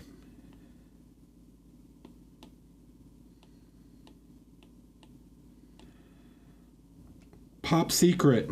Thank you thank you in advance for the feedback. I haven't glued the whole thing together yet. This is why the lizard is floating a little.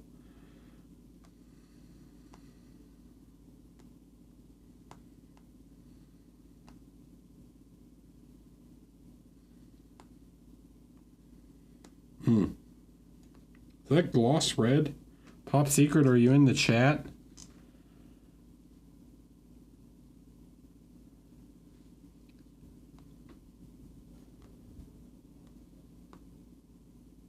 That looks super shiny and not in a good way. Yeah. So the glow, oh yeah, because there's like edge highlights on that stuff. Okay, yeah. So one thing, I would avoid this gloss red. This is like way too glossy, right? So I would probably hit that with something to knock down this gloss. You want to control more of the light with your paint and less with just like super glossiness.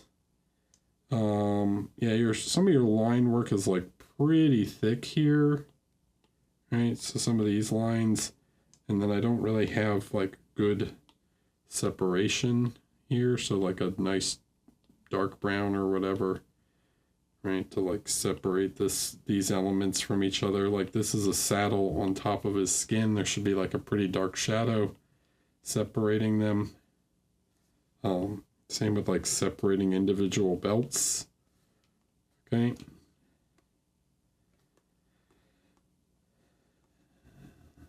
Oh, I see. This is very bright. I would like to see like some more separation on some of these elements.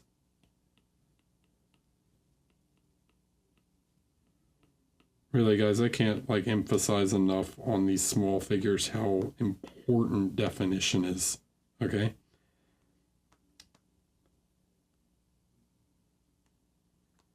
Let me look at one of the other pictures.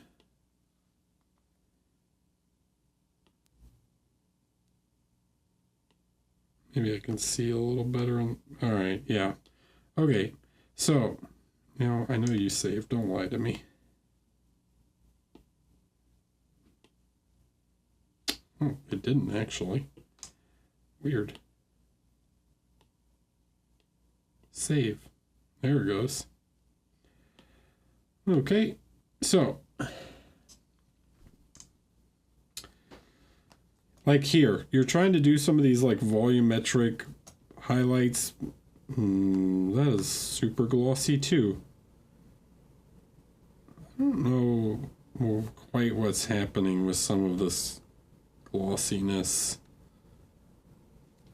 Some sort of, one of the paints you're using or something, whether it's this red or it's these like green shadow colors, is like, this should not shine this much. Like this is not a painted highlight. This is like gloss green highlight. Okay, so hit this boy with some matte varnish. Like there's crazy gloss on these too. What is this, like ink or something? Like a really glossy ink? Oh, I'd want to see this one in hand. All right, yeah, so you're really focused right now on painting, like, so these, like, right, you put like lights in the middle of this bandolier thing, right? You're like dead in the center. So you're focused too much right now on painting like raised edges, okay? Where you need, if you're painting volumetrically, you need to be thinking about like shapes, right? So try and avoid all this like little textury bits at the moment, and simplify this and think about like the overall shape of things, because you're putting so much like contrast. Like this is like white, right? And simplify this shape. So it's like there is a cape here, this is facing the light, this is not, right? And simplify these shapes so it is literally like this stuff faces towards the light, this stuff does not. Okay, something along those lines. Then once you got that, then if you want to come back in and micro texture, okay, like on these things, this highlight would not be in the center here. Okay, first we have to place the light on the bandolier, and it's going to be more towards the top. This is the light, not the highlight, right? Then if you want to represent a glossy surface, right, a like shiny leather, then you place the highlight somewhere in the top, like 45, for like the 45-degree angle, something like this. Okay, that's going to make it look cylindrical. Okay, the same with fabric. Right now we can start to hit like some of the edges, and like look back at the frog or the jade, like where we were talking about the jade. This is the same thing, but it's on leather, so it's going to be not as like, it's not gemstone, so it's not polished, but leather can get a little satiny. Okay, so then you can start to put highlights in, and then and only then, right? And then you can start to come in and like try and paint little cracks, but don't like, the cracks should not be so intense that they like obscure the overall shape of the material. Okay, you need to get the shape in first, right? You're going like all the way up to almost white on some of these. You need to get the overall shape in, and then you can like put in these little surface imperfections. All right, but that is what they are. They are surface imperfections. All right, they're not like they don't define any form or anything. Okay, so if you want to paint it like kind of rough, yeah, then you can, you can go around and do all this stuff, but it's like when you zoom out, they're not like distracting. Okay,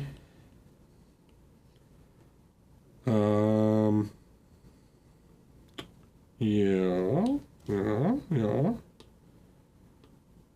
Same thing with this guy, right? Like think about the general shape of the lizard, and then like here you started to do some of this where you're like trying to get some of these ridges in, right? You get like, but there's like a general shape to the lizard. You want to get that first, and then I would work on like painting some thinner edge highlights, because you've got some pretty thick boys on here. There's some pretty heavy, thick lines. Like, right, this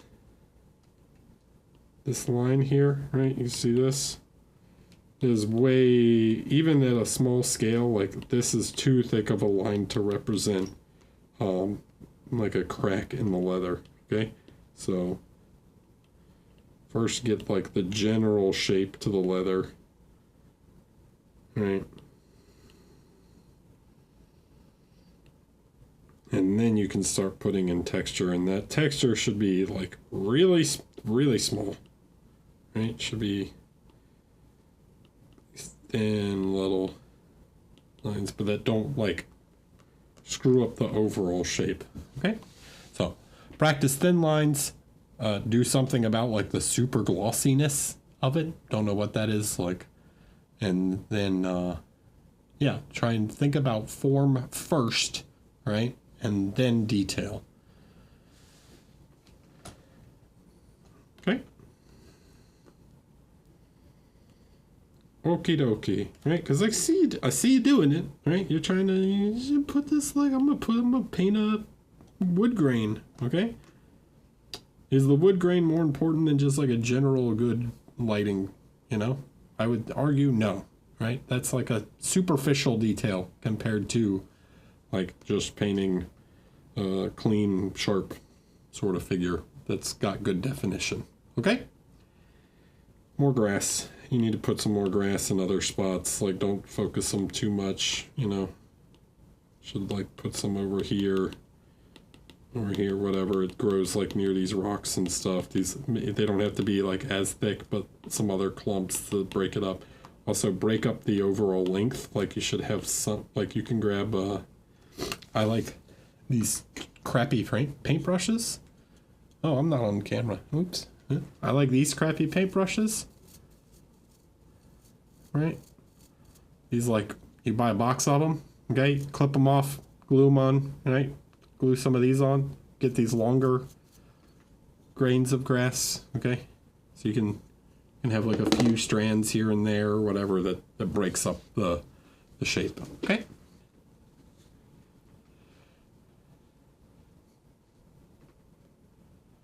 I like your explanations. It seems you may have some fine art focused education. I might.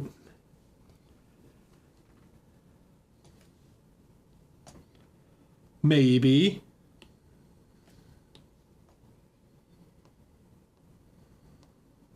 Frog Jim Jaff. I know there's a lot wrong, but any feedback would be amazing to add to the list. Very much a work in progress, he says. Jim, Mr. Jim. Are you in the chat, Jim?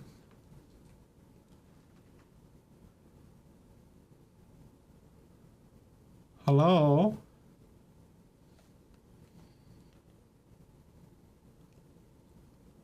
Jim? Jim? Are you here? Hello? Brittany. I get it. When I sounded it out, it makes sense. It's a silent K. I guess Jim is not here. Anybody see anything weird happening?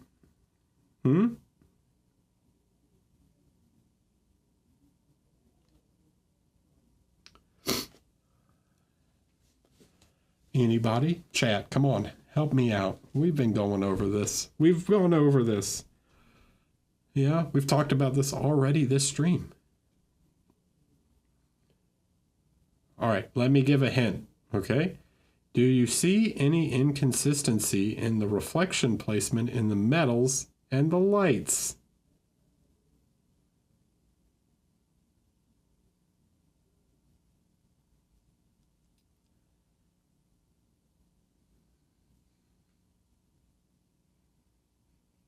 Where does the light look like it's coming from on the metal? One, is this the main view of this figure? Okay. Top left. Yep. Makes sense. Okay. Light placement in the top left. Yeah. Cool. Reflections here. Light's clearly coming in from like somewhere over here, right? Well, it is mounted to the plinth this way, huh? Is it? Okay. I guess. Right?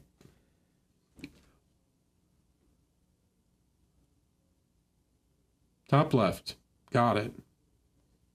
Where's the light coming on his... Where's the light hitting on his face? if the light's coming in from the top left, and we can know that it should be even more left based on this reflection, because if the center line, right, if the center line is here on his helmet, it's to the left of the center line. So it's actually double the distance, right? This would assume that the light's more like, this light would assume here, that's where the reflection hits, but you actually double the distance because that's how reflections work. The angle of incidence is, the angle of reflection is equal to the angle of incidence. Blah, blah, blah, blah, blah. Right? So if it's to the left, the face would make you assume that the light is coming in more from overhead, yeah? Because look, the bridge of the nose is like, the light on his face is more kind of front than left, yes? Okay, so if the light is coming from the left, that means, and he only sent us one image, so he can't super judge it, right? Cheater's hiding a whole side of his face, but I can see it, because I see everything. The far side of his face still has light on it, yeah?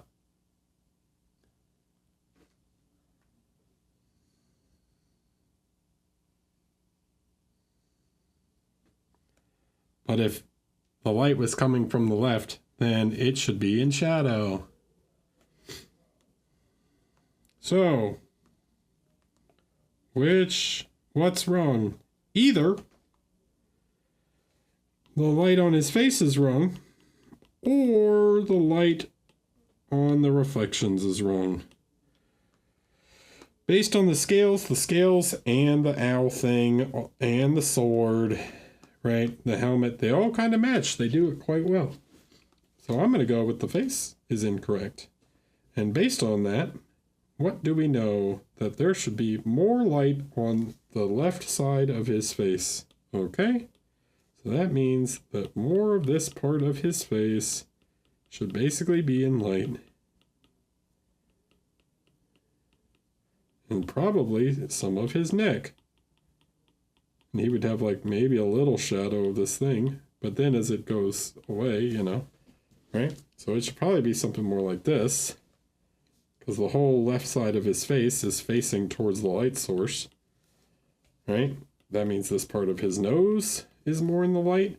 And then as we round away, let's grab some of our shadow color, right? Maybe not that dark, but something like this, right? As we go away, that means like this part of his face is going to like start to be in shadow. Like look at this cast shadow of his nose. It should be like this, right? This should be more in shadow.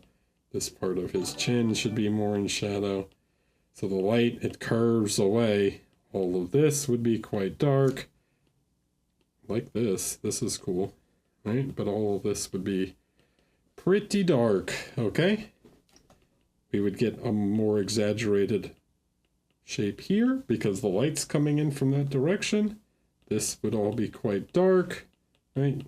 This here, this is like a triangle, okay?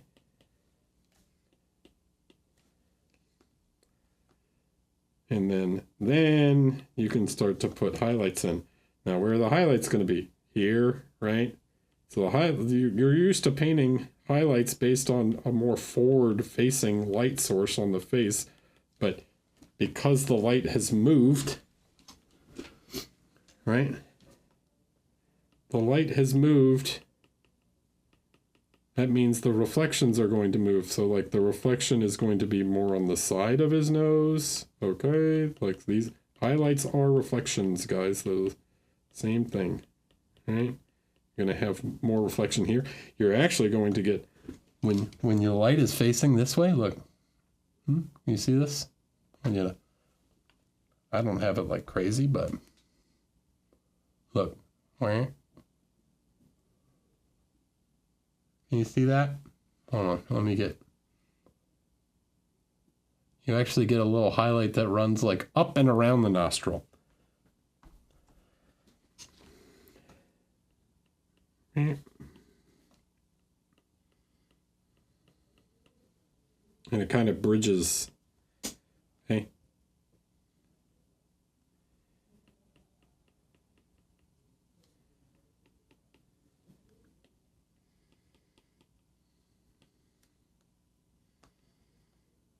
And what else? Where is it on me now? Look. Can you see, like, when I go like this? Look at the light. Look at the reflections, because my forehead, it's warm up here. I'm getting a little sweaty. All right. You can see the highlight is quite clear on my forehead. When I turn this way off to the side, it moves to the side, right? And that means this is the reflection I was talking about right here. Yeah, you see it? So this one goes, there's one right here, right? When I turn sideways, but it's gone now. It's on the front of those. If I turn, look, it shows up. Yeah, there's a really strong highlight here now. You see that?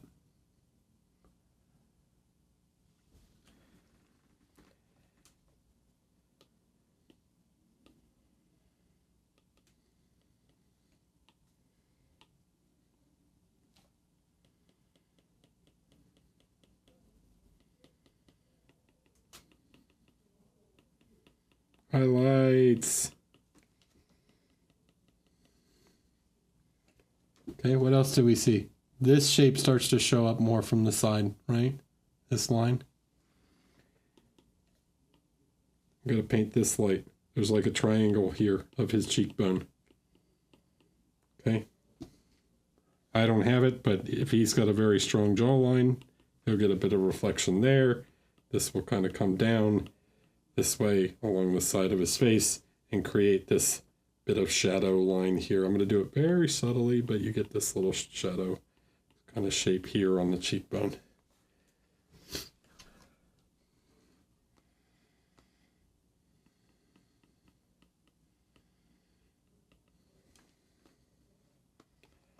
Now, we got to add a little bit here on this corner of his head. Yeah, like near the temple. And then this will kind of blend out. And you probably get one a little bit on his neck right here. Or on his ear. All right, now let's look, okay? Which one looks more correct based on the lighting?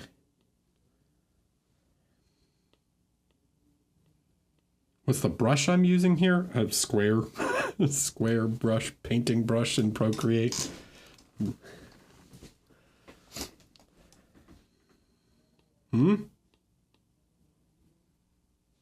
Yeah. Okay, so consider the light. You gotta consider the light direction, right? And the hands are too dark now and blah, blah, blah, other things. But that's the big thing I see. Consistent lighting placement. All right?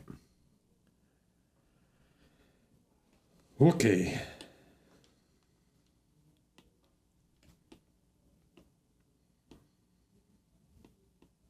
Right. Perry-ish. We're cutting it. You're the last. We will get to you, but you are the last for this week. Minji. Okay. Did some airbrush volumes and sketched in general lights, and this dude feels like a blue alien. Would love your thoughts. Okay, so OSL is complicated. Like, really, light is complicated. Colored lights are even more so. All right, you are going for a lightsaber. Lightsabers. So there's this concept called the inverse square law. Okay, so the inverse square law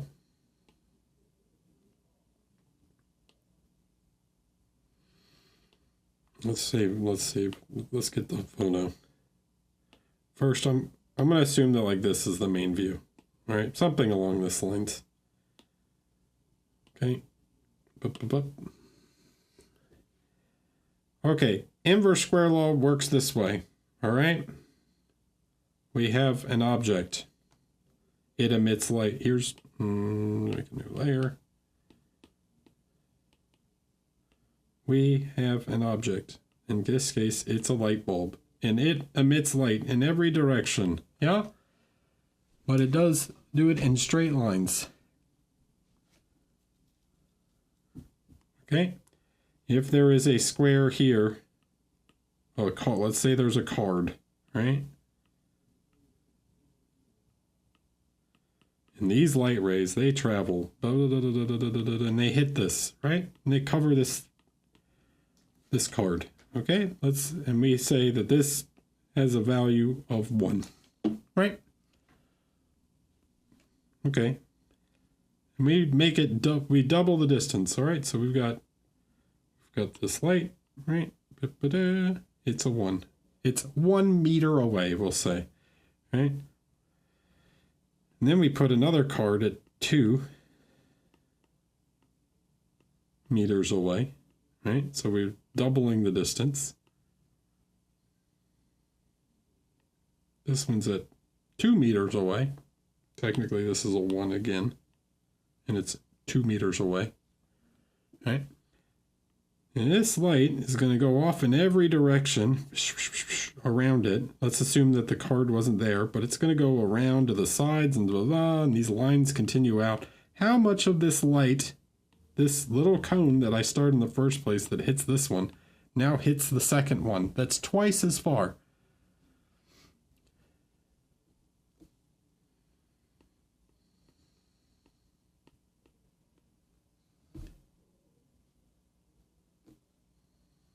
Yeah.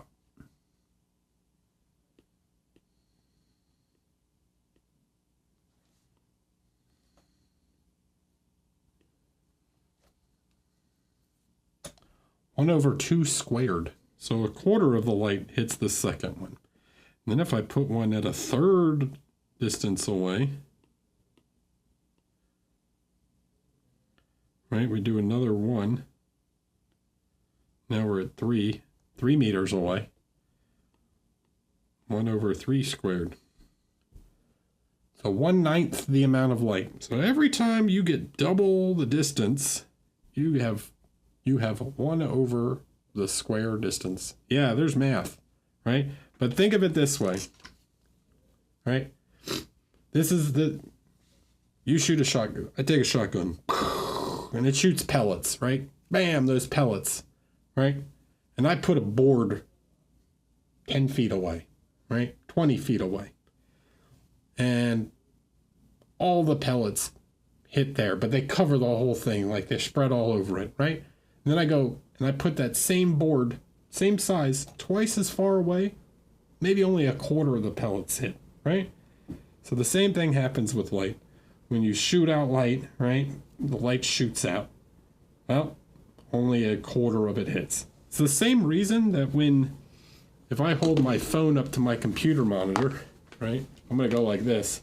I hold my phone up, and I got to get my phone like real close to make it the same size as my computer monitor, right? But if I make it double the distance, okay, I'm going to make it's this far from my face to make it the same size as my computer monitor. You can do this at home if you're watching it on a computer monitor. Take out your phone. Double all right, so it's about this far from my nose to make it the same size. Okay, so I'm going to do this again. Well, there. And now it's not half the size of my computer monitor. I can put it in the corner, and it's 1/4 the size of my computer monitor, right?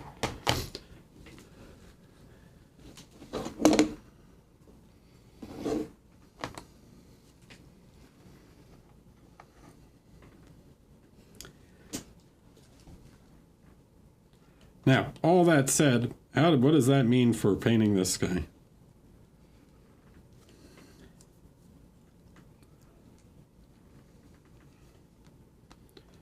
Well, we got to figure out how far, all right? We got to know how far everything is from his lightsaber. So his chest, right? This thing is stupid close, all right? His arm is basically touching. This can't be good for his arm, right? So this thing right here is going to have so much more light than his face, okay, than his arm. His chest here is going to have way more light than his face. Like this part of his body is twice as close as his face. So it's going to have, his face is going to have 1/4 the amount of light that his stomach does, right?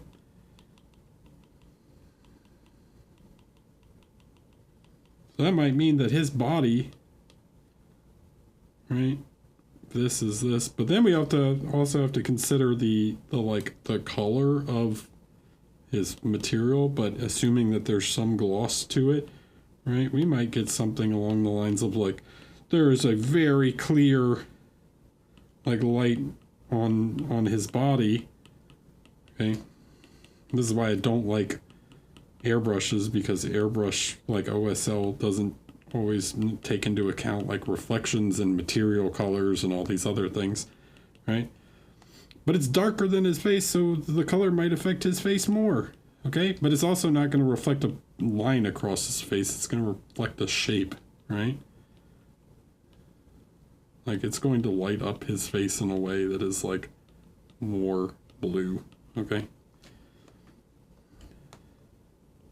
And it's going to go all the way up, because the emitter is up there. And it's going to affect his hair a lot, right?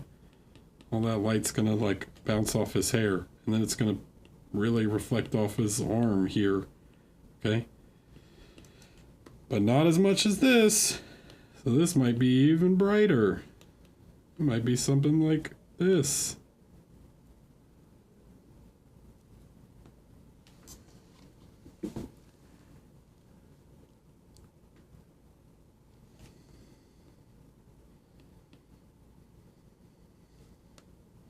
So we need to consider how much that light is going to affect each part, all right? This is not an easy thing to paint, especially if you're not experienced painting like really strong lights like this. One of the best things you can do is just try and like find reference from the movie or whatever and just paint what you see. But if you're trying to figure it out on your own, right, it's all going to become quite complicated. What else is super close? Like besides his arm that's like literally on top of the lightsaber, right?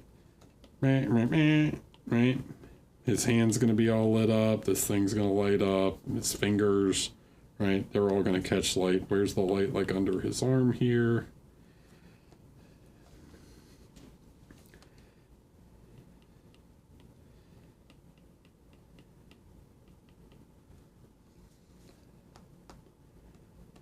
Okay, there's so much to take into account.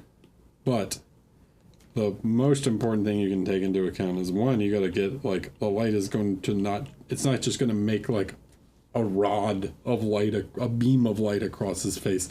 The lightsaber doesn't shoot out like a laser. It shoots out in it emits in 360 degrees, right? So it's going to affect everything. His eyes would not be white. They would be, like, bright blue.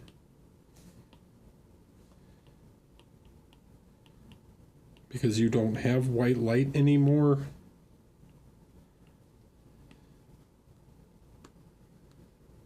All this metallic would be really weird, but depending on the rest of the environment. The best thing you do is probably darken... Oh, you picked a huge pain in the butt model. Yeah, oh yeah.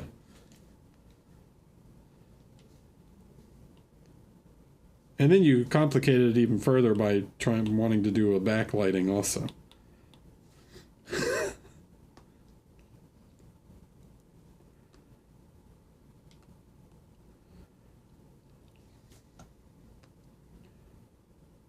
Right, and then you've got to get the Terminator here that's like somehow the light, like as it changes from purple to red or blue to red, there's going to be some Terminator that separates these two. Right, and it might not be like super dark, but it's going to be there. Right, so it's going to like shift through these like purple, dark purplish tones.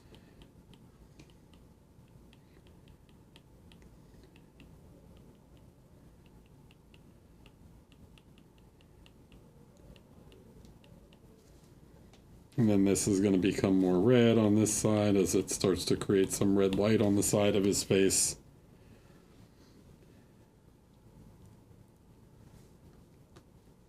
And then all that might depend on, you know, how much ambient light is in the scene, okay? If it's on Tatooine, right? Let's say he's on Tatooine. Guys, look, check this out. Let me just find a bright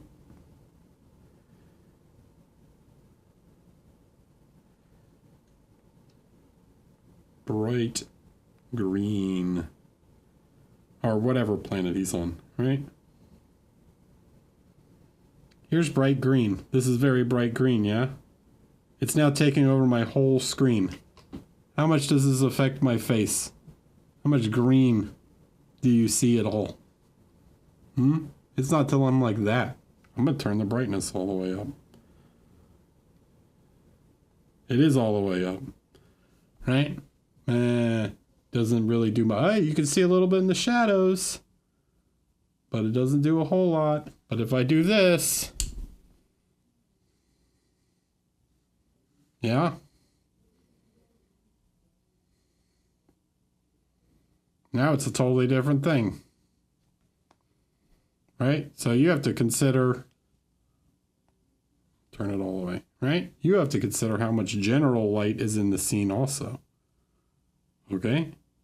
So if he's on Mustafar, right, and it's dark and the only thing is the lava, then there's going to be a lot more dark tones on him, and really the blue is the only thing that will actually affect him. Where if he then all this like white on the metallic doesn't make sense, because where's that white light coming from? If there's enough white light to reflect off of his shoulder like this, and it's the same intensity of the lightsaber, he should have more like natural skin tones coming from this direction, and then the blue and the skin tones are going to fight, and which one's stronger? Is the white light stronger, or is the blue light stronger? And if the white light is stronger, then the white light wins and his skin looks normal, right? But if it's a dark area, right? Remember the scene where he's fighting Dooku and all the light, he cuts the cables and all the light goes out and all you can see is the light from the lightsabers? Then that's the only color that's going to show up. It's like standing in a red room, okay? So you have to consider like what's the general ambient light of the scene, and then what's the main light source. So is the lightsaber the main light source, or is there another light? And if there is another light, what's like, if there isn't another light, what's happening on his shoulder pad, you know?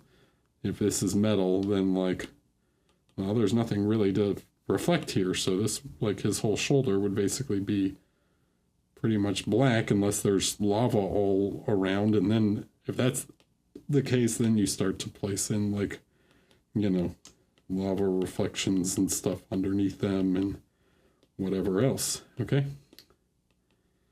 And there would be like these sorts of things under him or whatnot. Yeah, you can go for, you know, that's fine. Like you can have that sort of like general thought, but when you're painting something like this, right? Beyond just like, oh, I want to have this general idea, right? Understanding the light will make it much easier to paint. If you understand what you're painting, right, you can visualize it, then it makes it much easier. And visualize can mean, you know, beyond like literally being able to see a picture, like just knowing what's there will make it much easier to, you know, execute what you're trying to do. Okay? Cool. That was a complicated subject.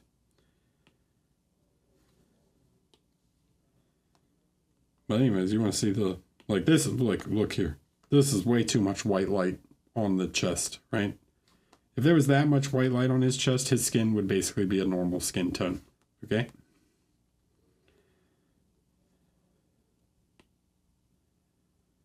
If we want to see a before and after, like just the visual effect of it, right? For the people. For the people.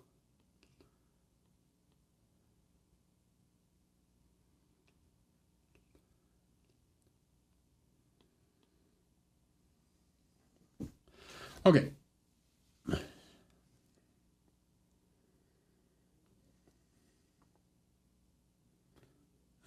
Second break time, and then I will be back and we will do the last few. Okay, because we got 1, 2, 3, 4, 5, 6 more to go. And one of them's another complicated one where we got to talk about more lighting. more ambience. Okay, so I will be back in a few minutes and we will continue on. Hello. I'm back. Hi, everyone. Where are we at? Brush Mamba. Hello. Long time, no post. 2% battery on my pencil? Oh, no. Is that accurate? All right. Brush Mamba, this is an easy one. Okay? Coming back after contrast projects, inspired by Athami Alonso's. Okay? Going for that Cedric sort of style, but no matter what style you're going for. Thanks. Okay, no matter what style you're going for, all right? The theme of today's episode is simplify. We need to simplify, okay? If I go like this, shapes are not clear. We need to create shapes first. You have too much detail, all right? So, some of these darks are too dark, all right? This line's like, what is this black over here, right? You got this like black on the side of his face that faces towards the light, all right? We need more of these midtones, okay?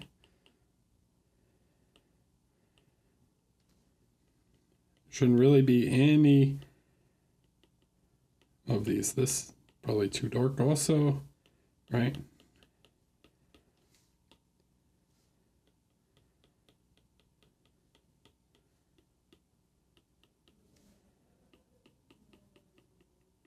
Simplify shapes. We want to separate things. Like, look at all this detail in the neck, but this is too much, okay?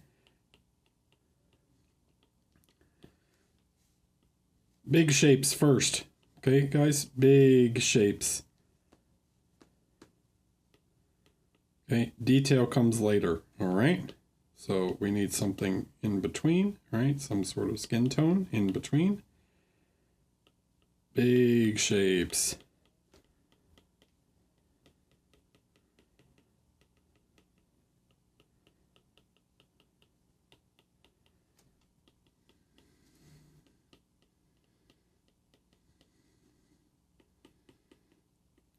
All right, triangle, all right?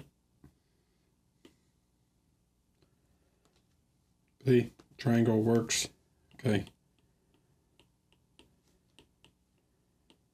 If it's facing towards the light, it's in the light. If it's facing away from the light, it's in shadow. That's all there is to it. Don't overcomplicate it. Cintarendir L Dark. Thank you for the follow. I may have missed Langu, but thanks. Okay, so simplify your shapes, simplify the process, then add detail.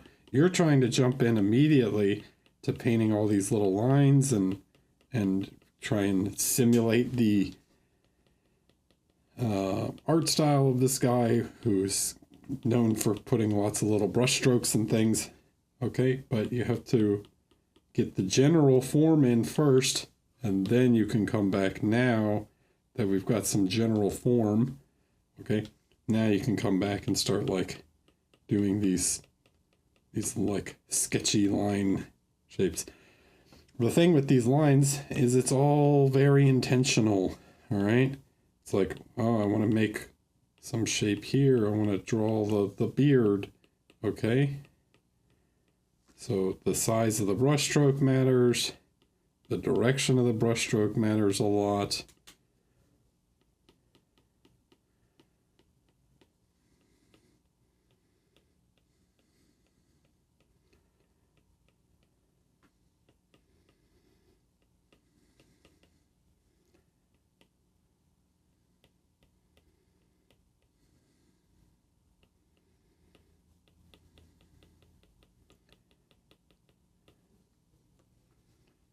Okay.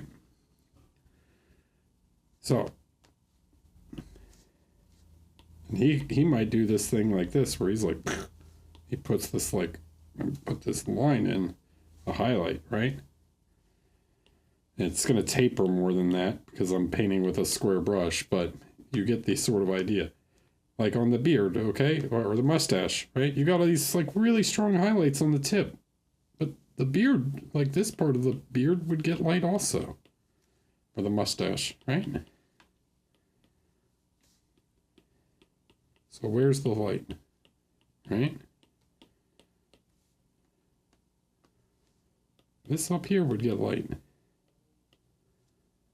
Okay? Don't get lost in the texture. Don't get lost in the detail. Simplify first, then build up your shapes. Okay? Build up this texture. Then he typically does this sort of like kind of bluish rim light thing.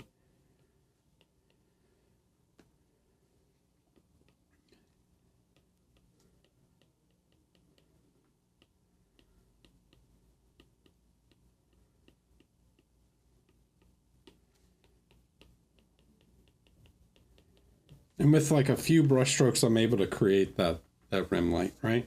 That rim light's going to have to carry onto these elements. All right, it's going to carry onto these elements. Okay, it's very gestural, right? So it's like these big sort of shapes, okay?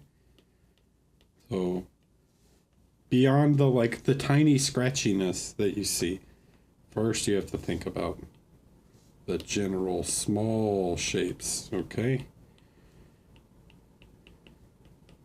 The general big shapes. Then you can focus on the tiny marks, right? And he gets into these like tiny scratchy lines and all this micro texture that makes the face look very like weathered and grizzled looking. Okay, I know the artist you're talking about. I forget his name, but he's pretty sure the guy that did like Dishonored or something does the concept art for Dishonored, if I'm not mistaken.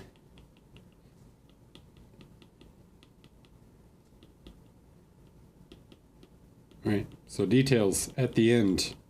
First is big shapes, okay? So now if we look at between the two, right? This is too dark. I don't have any general shape or form. I don't have like a real strong sense. Like the cheeks are weirdly dark, okay?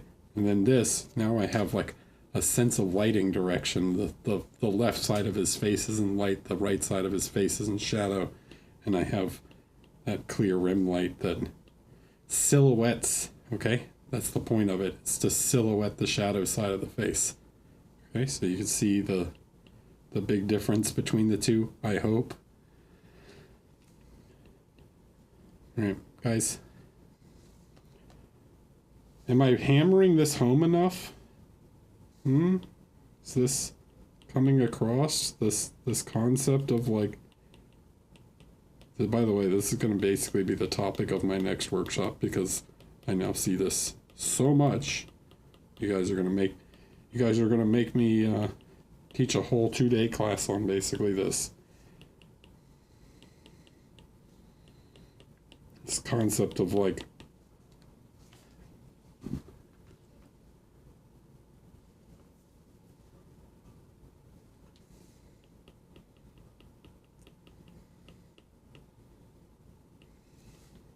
this whole concept of like big shapes, small shapes, big shapes, little shapes, detail.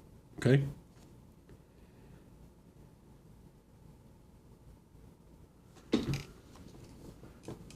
Brad Marchand, yeah.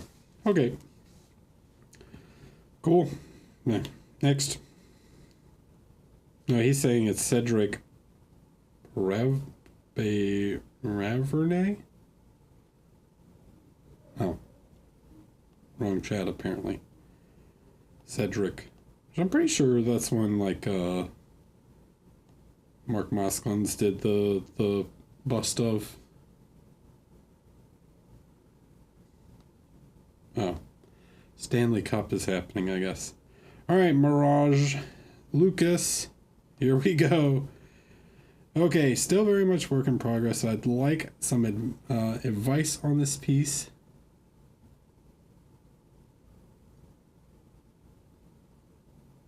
I just want to ask if I can share some of your works with you too, my works with you too. You're welcome to join the Discord and share them in the current projects. But yeah. Okay, so it is the guy I was thinking of, Steve. Okay, but I'd like some advice on this piece, which might be relevant to other people too. This piece and atmosphere is very inspired by Mark Majorius. And I would like to paint the cape looking blue without it being blue. Like Mark did with the shirt of the cowboy. The blue comment, the blue strawberries that look red, which you, yep, yeah. Any comment on this overall ambience would be appreciated. Last pick's what I assume. Okay, so here's the painting. Let's look at the painting by Mark. And then we'll look at the painting by Lucas. And I hope, I'm gonna, shit, I can't charge both of these at the same time, can I? What happens if I do this? Can I charge it through this thing at the same time? Well, that worked. It is it charging? I don't know. I should have charged it while I was taking a break, but all right. Okay, let's look at the painting. So what do we see? All right, what is our white? What is our whitest white on this? Okay. It's a beautiful painting. It's fantastic. Where's it? What is the thing that is white? Chat. The horse. The horse is white. Well, let's look at what color our white is. Oh, that is orange. Let's put it in the sky. So that's our white. Okay, where's our black? The blackest part here is in the shadow. What color do you guys think this is? Before I open the color picker and show you what color it actually is, what color do you think it is? Care to take a guess? Red? I don't know. This doesn't look red to me. It's hard to tell because it's black. I bet it's... You think it's dark purple? I don't think so. I bet it's blue. Oh, it's red. Oh, interesting. It is red. So here is red, but over here is blue, right? So the sky, this is actually quite blue. It's just really dark blue. Where else do we have black? Here, this is black. Ah, I see it now. This is more red. Okay. So in the background we have more blue, and it's actually blue. Let's put it on the horse. Right? It's hard to tell because of the color, but we have quite a bit of blue like in the background.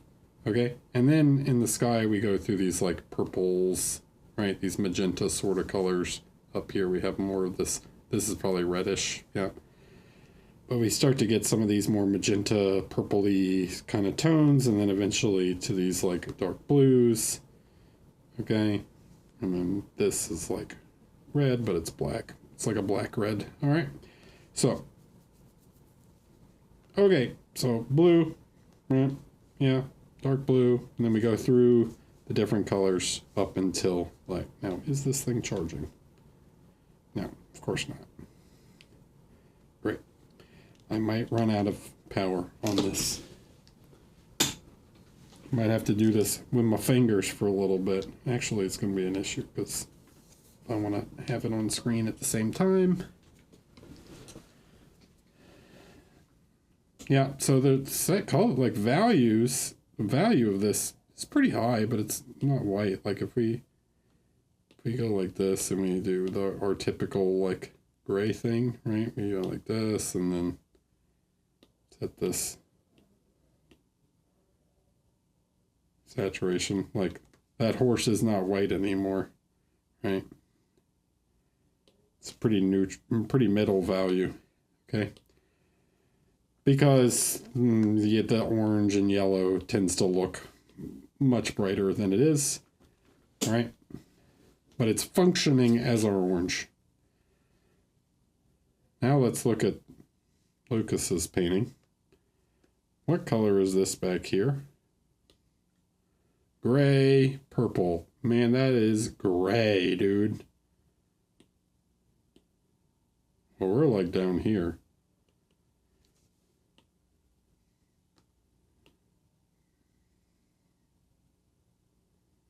Use some color, okay?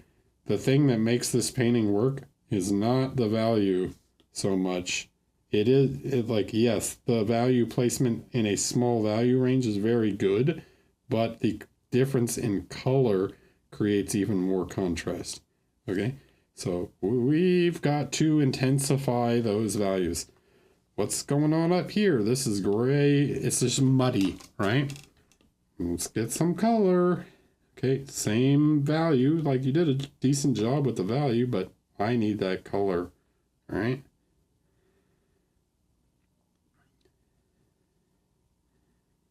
Where to color at?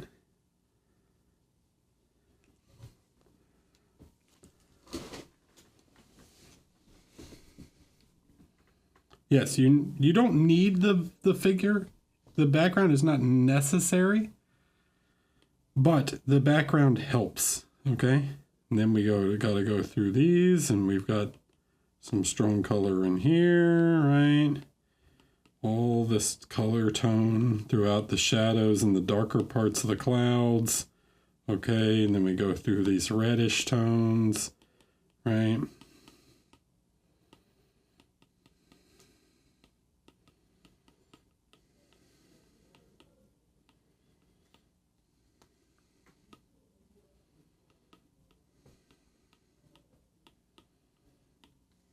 What are these? Man, this is so gray, dude. It's starting to look green. All right. Let's go back to the original painting. It's like dark. Just color. Okay. Just look at the intensity of the color and everything. Look at the clouds in the original painting, right? What's the absolute brightest color we have in the cloud? This is the highest value we have in the cloud. Maybe there's this right here. Man, that is like pure orange. That's the color of the clouds in the original painting. Okay? That's the brightest color of the clouds in the original. This is the lightest value of the clouds in the original painting. Okay? So if this is the lightest value, man, you got to go so much darker and so much more saturated. All right.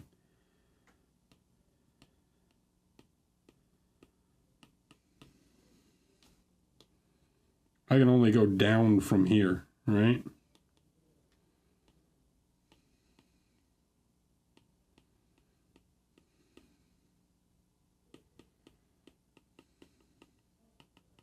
I'm just trying to get the general effect across.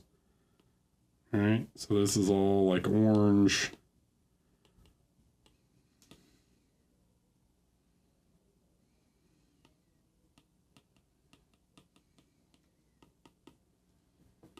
Okay. I'm screwed it all up, but you know, you get what I'm saying. Okay. So now how does the figure work when we start to do that, right? Well, first of all, if our white in the other painting, yeah, in the original painting, is this is white, okay? Let's put it on the board. That was a white on the original painting, yeah?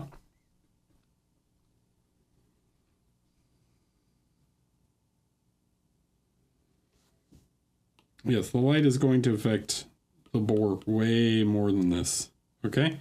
So here's what I'm going to do. Ignoring all this, oh crap. Here, let me start over. Okay. What if we just did this? We're going to take an orange. We're just going to go, nope, not like that. New layer. And then we're going to go,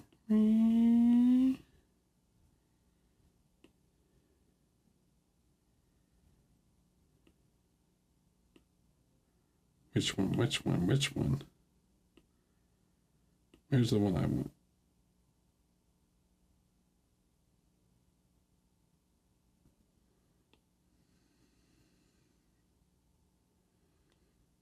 He's like this. Okay, with way more like color range. All right. Like this is more like the original painting. There, I can just take and like erase all the stuff around it.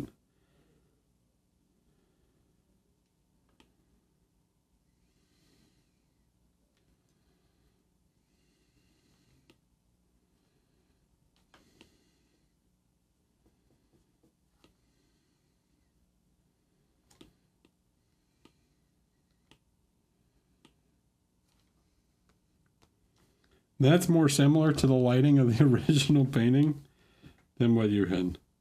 Yeah? But with way more like blues and stuff in there. Okay? So if I came back in now and just painted all the... So I'll do this. I'll come back and paint like these blue.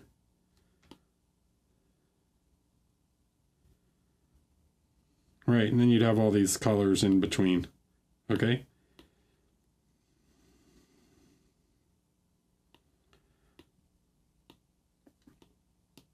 So does this work on a figure? Like, this is hard to say. This is very difficult to pull off. Something like this. You'd much more consider like, oh, I should really have more color temperature in here, right? But all these like dark elements start to become more bluish. Okay. Like what, I don't know, his cape is supposed to be blue. Well, what color is the cape? What color is the shirt on this guy? You think it's blue?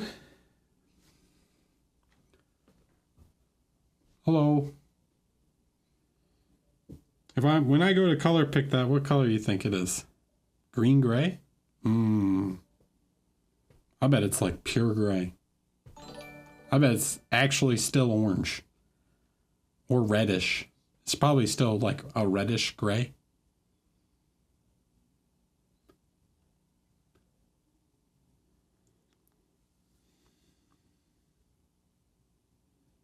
Reddish, orange, gray. Yeah, it's an orange gray. It's orange.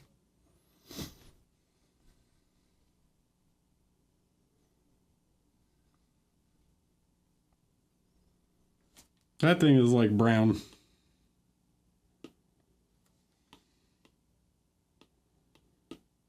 That's the color of a shirt.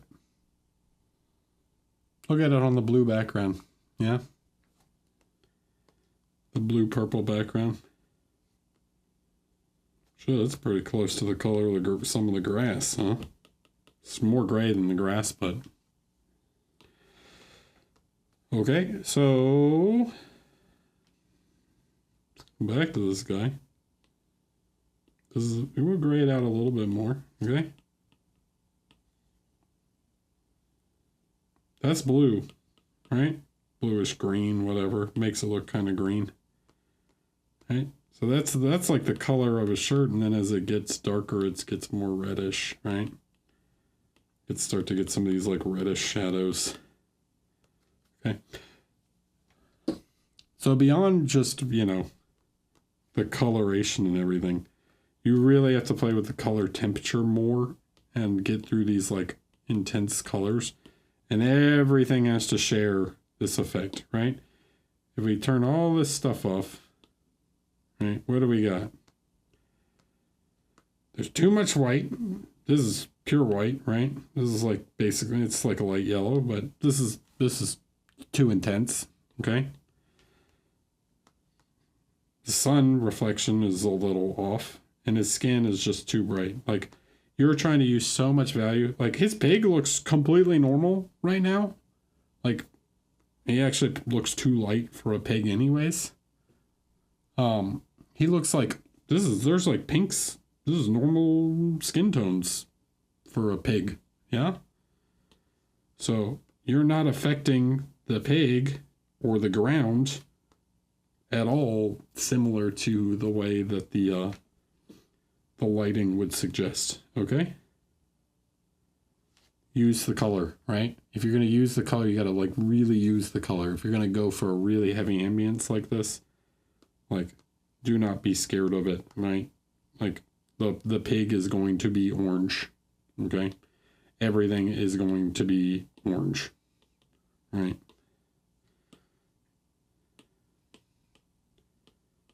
He's going to be orange.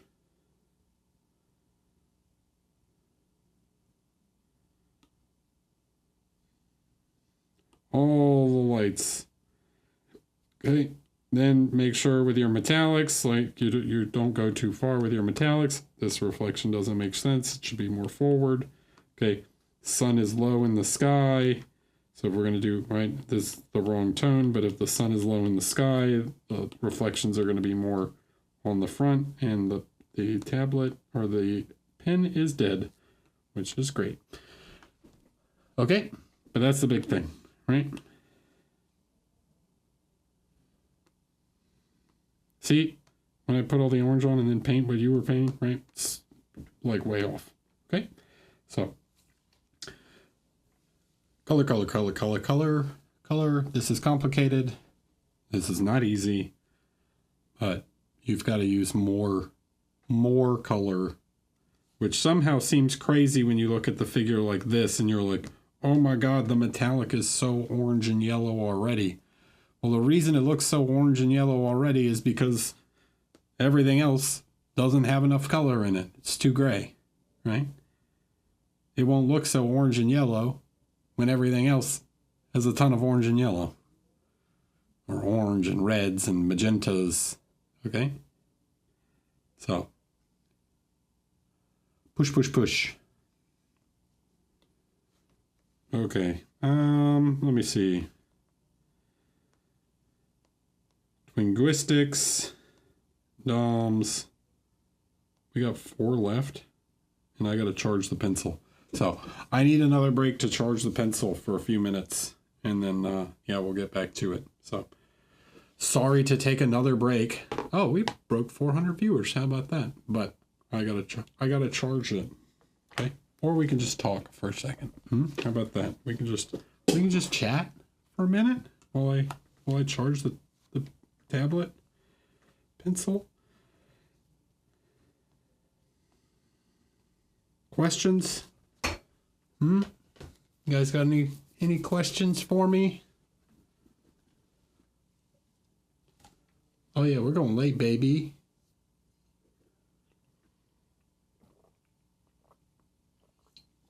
What's my favorite style to paint? My favorite style? I don't know if I have a favorite style.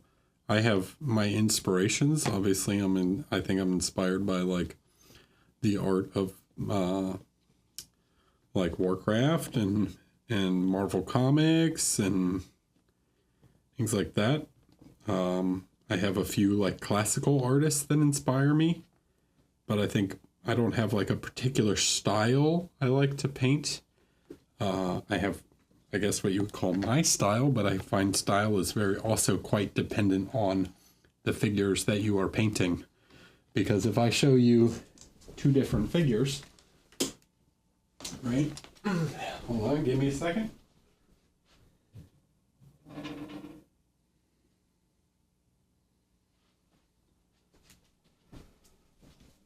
Let's look at 2 different busts, okay? Now, one of them is mimicking someone else's style, right? Because the bust specifically calls for it. But if I showed you this figure, right? And this bust, maybe you can tell they're painted by the same person. But they are very different in style, right? This one's more realistic. This one's watercolory. Yeah. Like the attempt here was to paint a very realistic non-metallic. Okay. as opposed to a more stylized non-metallic, right?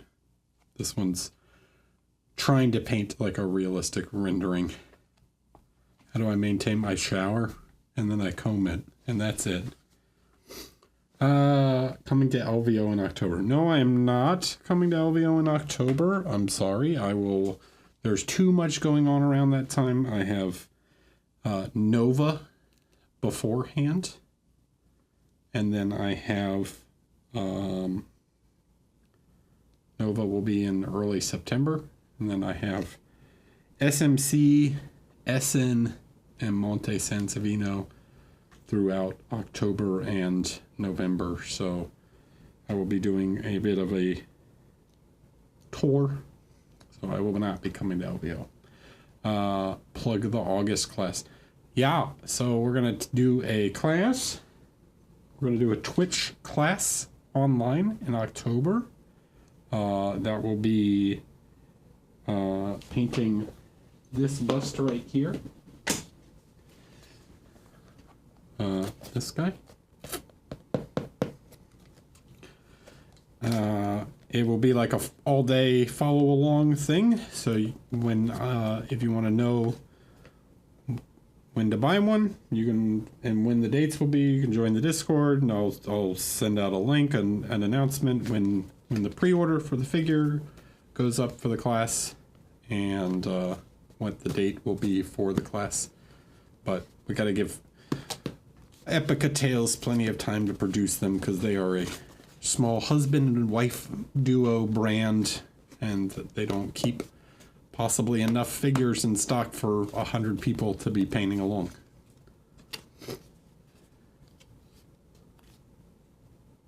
What's the longest and shortest amount of time you've spent on a single bust? What's the longest I've spent on a bust? You know, honestly, like, the Clue was probably one of the longer ones with all the houndstooth. He's packed away right now. I'm sorry. He was probably one of the longer ones. He was like 70 hours or something like that. Shortest amount? No, you know, the Gladiator girl might have been longer. She took quite a while, but he's on my Instagram. Yeah, if I'm being honest, she might be one of the longest busts.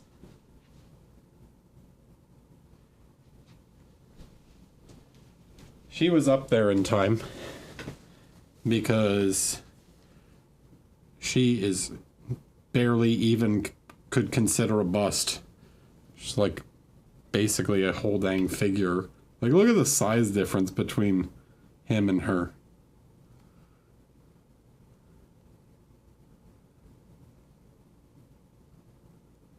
Like, she's she's bigger than a 75 millimeter figure by far. And yeah, she took quite a amount of time. So she may have been the longest. I don't remember the exact amount. And shortest amount of time? Like, shortest amount of time for like a box art? Or, I mean, I've done sketches of busts in like 2 hours. You know, I've painted full busts on stream in like basically 3 hours. But if you're talking about like shortest box art, I think is like 2 days. She didn't take very long. She took like 2.5 days or something.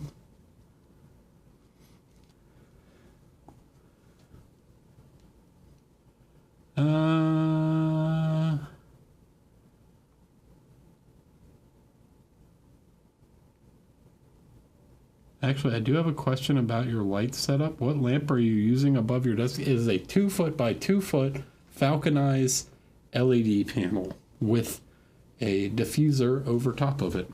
So it is like, it's like this wide. It's pretty big. Yeah, I about nailed it. It's like this. So it's a big LED panel that goes over top of the whole painting area. When you're doing a new piece, do you idea gather first, or are you winging with years of experience? So you have 2 things that'll happen. Let's use these 3 busts as an example. I have 1, No, no, no, we're not on the wet palette cam. We're on this camera.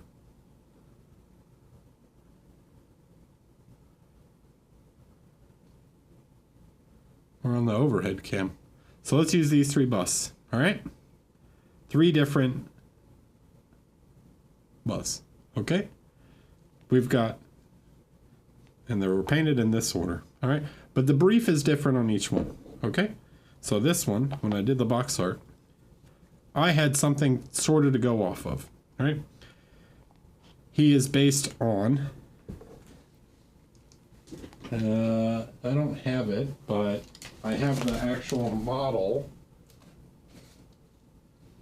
Yeah, the box art wasn't on there when it was made. But he is based on this figure. Yeah, the big Sahar and Raza, right? So he's a Danilo Cartacci painted the box art for this. And then they made the bust. And the bust has very similar, my version, I chose to take cues from Danilo and do a similar color scheme. Now, how I rendered the metallic, he did true metallic, I did non-metallic, so most of it was about how to render the non-metallics and everything. But the color scheme is based off of how Danilo did his, okay? So that's like one brief. All right? This one was done based entirely off of like the artwork. Okay, so it's based on a watercolor painting by Mary something. Oh geez, I feel bad right now. But it is based on her artwork. It is mimicking her artwork. Okay, so it is a replica of her painting. All right, so essentially all the lighting and color scheme and everything was done by her, and then I just interpreted it onto a 3-dimensional figure. All right, so I'm trying to emulate her original illustration on 3-dimensional figure.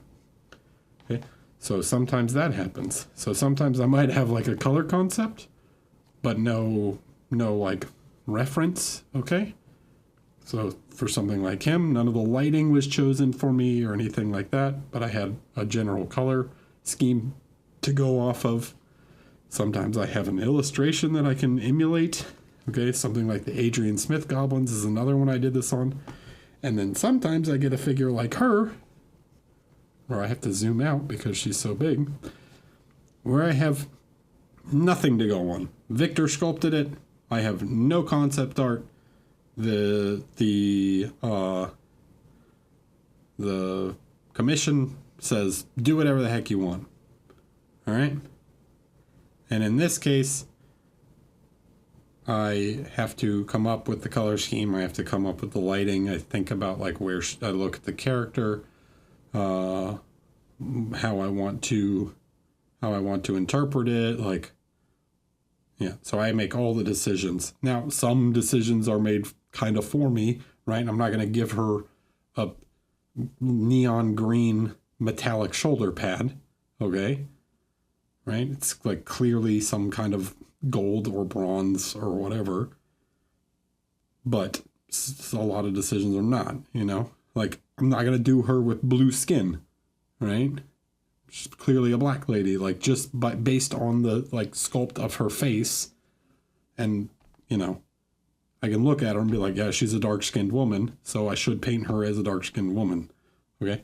So I have to interpret the character that they're trying to make, and then I make the decisions based off of that, and I try and imagine an environment that this character would be in. Okay? Clearly a gladiator. She's probably in some kind of sort of arena.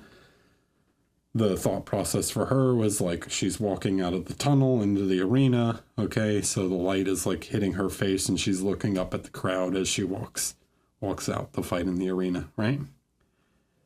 So that's the thought process there. Which do I prefer? Of the 3?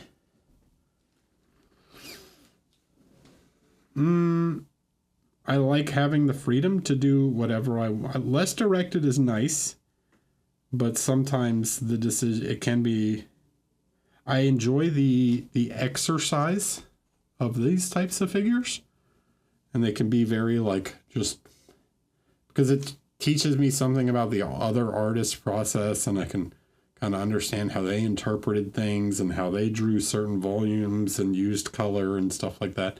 So these can be really fun and good learning exercises. Like the Adrian Smith ones taught me a lot when I did those goblins, because I'm like, oh, how did he render the beat up metallic on these things? So like I could emulate that effect, right? So those teach you a lot, right? But then I would say something like this is more fun and free to do whatever I want. So both are cool. It's just which, I don't have necessarily a preference, but they both have their advantages, right?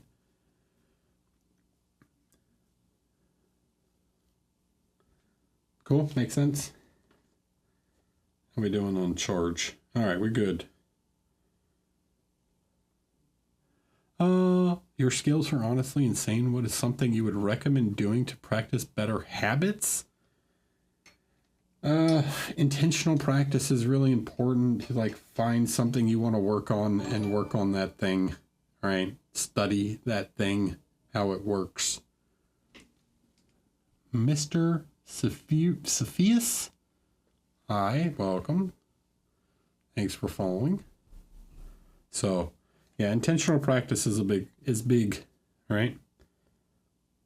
Real life, study reference, study other painters, look outside miniature painting. Like, don't just replicate like box arts or whatever. Like, doing that can be cool, but like some of the things I've learned the most from is like beyond just emulating another artist, like emulating the style of Adrian Smith, for example.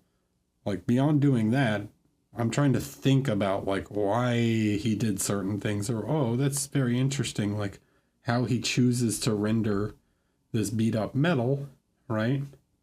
And like the limited way, how he can get a lot of information out of like a limited amount of brushstrokes or whatever, right? So you can learn a lot from analyzing another artist. You can learn a lot from, looking at reference or whatnot. So it's not just what it looks like, it's how it works. Because when you go to paint something like her, right, beyond looking at references of black women that maybe look like her, I didn't have anything to go off of. Now I had something to go off of like the little pattern on her. Yeah, if we go back to this camera real fast, I had a reference for this fabric, okay? But I didn't have a reference for the whole figure. I had to look at leather. What does leather look like? What does this fabric look like? But then I have to put it all together and make it work together. I tried emulating Adrian, and now I scream death metal and cuddle cute dogs. Worth it? I already did that. We're kindred spirits. All right. Let's get back to it.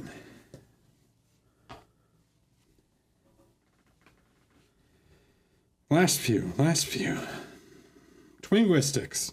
Hey, thanks for looking at the front last time. Now can you do the back, in particular the robot brain and thoughts on the Microsoft logo?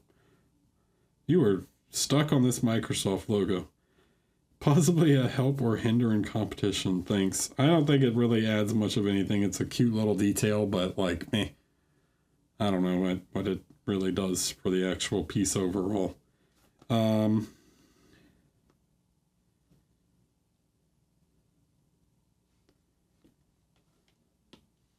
Look at the back. Did you find the moose? Oh, mouse. I read moose. Did you find the moose in your wall? Yeah, dude, he was huge. No, wow. It hasn't made any noise since Wednesday. I painted in here all day yesterday, and I didn't hear it once, so I don't know. Could have just been birds on the roof. We got some glue traps. Find out. All right, Twinguistics, what's going on? Is this metal? What is the material? All right. This is who this is, right? Twinguistics, yeah. These are the questions you have to ask yourself. What is this made out of? Okay, clearly this is like some kind of brass or something, and there's little red accents and stuff, but what's the rest made out of? All right. And is there actually like is it really connected to his brain? Like, there's just not enough information and detail. Like, there's so many little elements in here. I would look at more like cyberpunk kind of design work and see like what you see. But like, this would be made out of a lot of different like composite materials. So like these sorts of cables and stuff, right? You've got all these little like cabling through here. You've got wires and you know, all these other things. So what I would recommend is like trying to make some of these read as different materials, right? Some of them might be like a lighter metal, like a more polished silvery metal. Some of them might be a darker metal. You've split some of it up with like these brass accents and these red accents, but I think you could split it up even more while staying within the same kind of color palette, right? So maybe something like these cables, assuming that's what these are, these like hoses here, right? Maybe these should be more like black or something, right? This more like this more black, neutral, slightly less blue. Maybe it's like, you know, more grayish green or something. This kind of rubbery color, whatever it is. Maybe it's even like orangish, dark orangish gray black, right? So I want you to try and like distinguish these elements more, okay? This part is super detailed and there's so much stuff and so much noise and tech nonsense in here that you have to separate it out in order to like make the individual components more interesting and logical to the eye. Okay?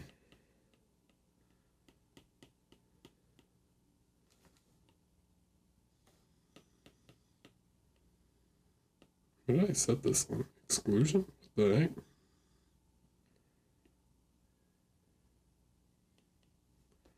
Okay, so break these up. Then, right, let's come back to this. Now we gotta like take and make some of these like a shinier silver. So maybe this element here is shinier. Maybe this little ring around this thing's shinier. Dude, I really like whatever. I think you are so over.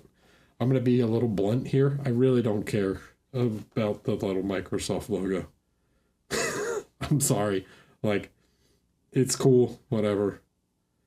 Like, if you want to keep it, keep it. If you don't, it doesn't affect my opinion of the piece really one way or the other. Like, it's not the thing I'm going to be looking at, judging, going, oh my God, I can't believe he did that.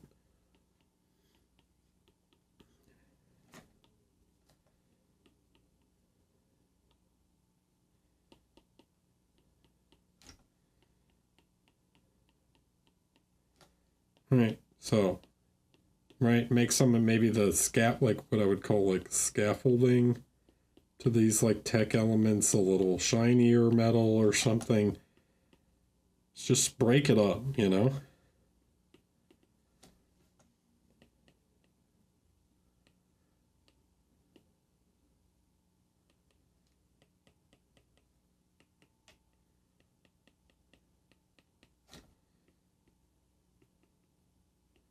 I would probably put more brass elements in here.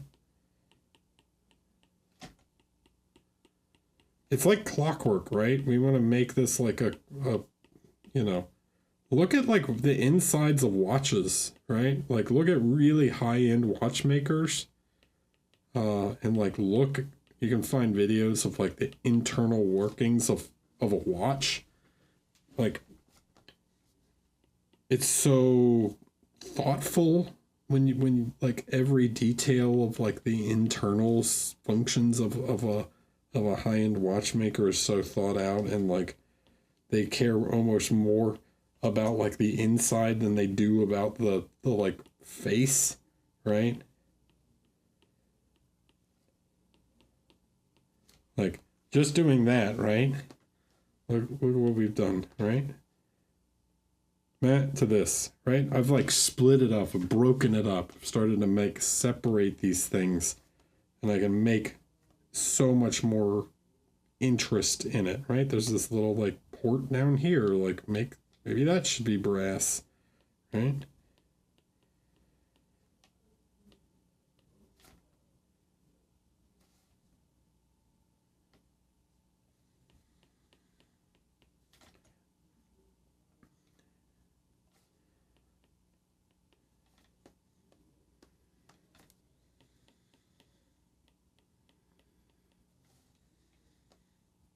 There's another little like tube thing right here. Maybe, I don't know, I can't tell because everything's so dark. Maybe this little button should be surrounded by like a little brass housing, you know? Maybe some of these things glow. Maybe they're little lights or something or other, you know? Indicator lights, whatever. All right, so like break up the cables, break up some of the other elements, you know, find some more interest here, try and split things up. That doesn't mean paint some wires like green and yellow and red and make all this noise. It means just like try and create separation and interest on it, you know?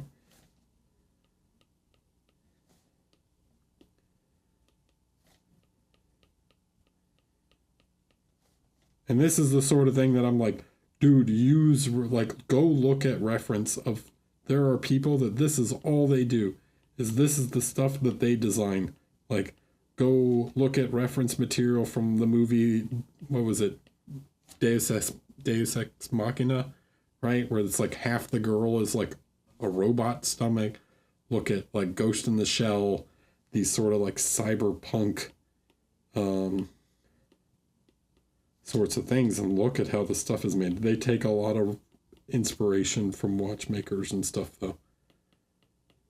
But yeah, these like mechanical designers that do this stuff. Look at like high-end like people that are really serious about their cars, you know, like they'll look at the engine bay on people that make like show cars, right? And like how they decide to accent certain parts of the engine with like, this is billet aluminum and this is like dark steel, and then they have this black elements, and yeah, you can have so much more interesting stuff going on.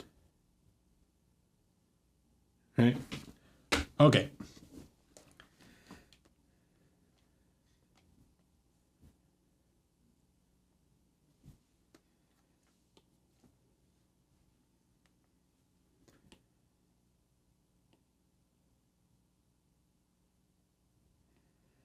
Dom's minis.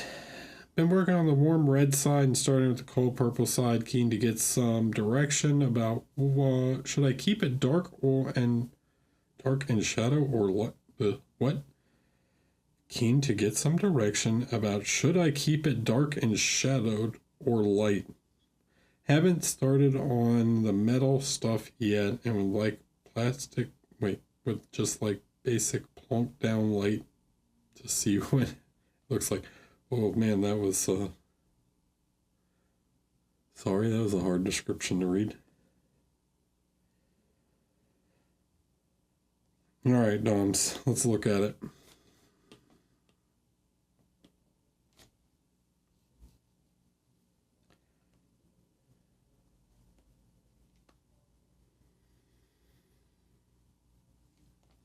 I actually think the faces are not bad.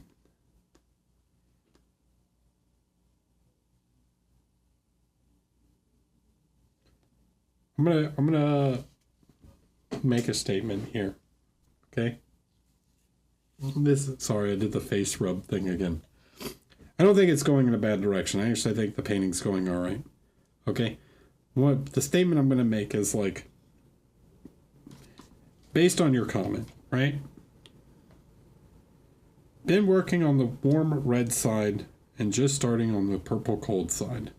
Okay? And you're like, I don't quite, I get the like, you see people do this, maybe you see someone like me do it, whatever, and you're like, I need to paint something crazy with like this warm light from this way and this other light from this way, and how do they interact and blah blah blah, and I'm gonna make it really complicated and whatever. Look at this guy.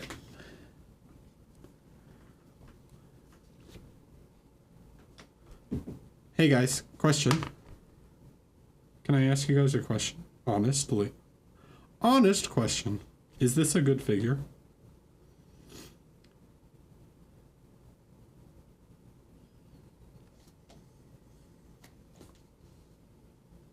Just say, yeah, okay. Is it a good figure? Nothing other. I don't need, you know. Do you like it? Is the paint job good? Yeah? Okay. What, other than the metallic, right? Is it doing any fancy lighting gimmicks? Right? Is there like a crazy, is this bright warm light coming from over here and then a rim light coming from over here and the blah blah blah and make it all complicated and fancy, right? Anything like that? Or is it just like good fundamental painting, rendering of volumes, light placement, whatever else, right? This is the point I'm trying to make. I think you guys, and a lot of you, not just one or two of you, a lot of you, right, want to do, you just want to be fancy, okay? And you want to be fancy for fancy's sake, okay?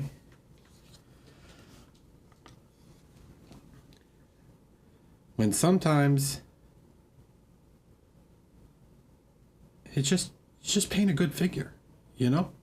Good volume interpretation, good material rendering, good separation of values, right? Like, face is nice and clean, and like shapes of the face are readable, good representation of the, you know, the sculpt, right? We don't need to overthink it so much sometimes, where it's like, I'm going to do this cold or this warm pinkish light from over here and this magenta light from the other side, and then I'm going to put reflections in the metal up here and blah, blah, blah, blah, blah, blah, and then make it complicated for myself, right? Just paint a good, you know, sometimes just painting a good figure and good lighting is enough. Yeah, simplify. Yeah, kiss. Keep it simple, stupid. Just good rendering.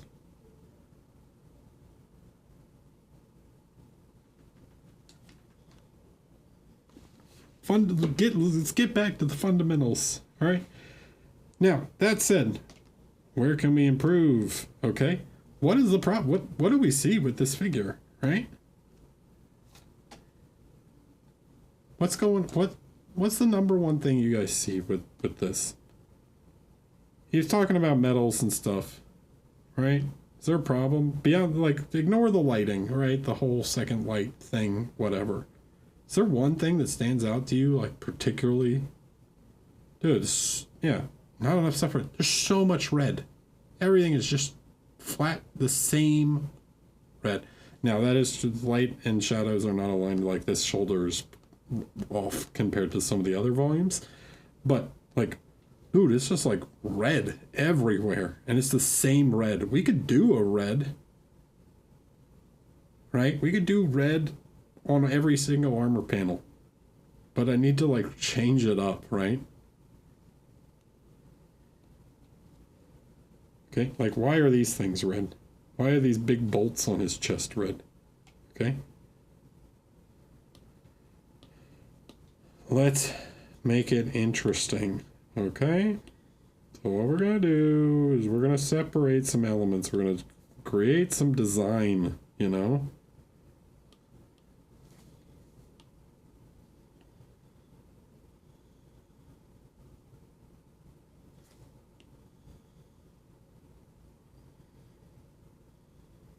All right, that separated those.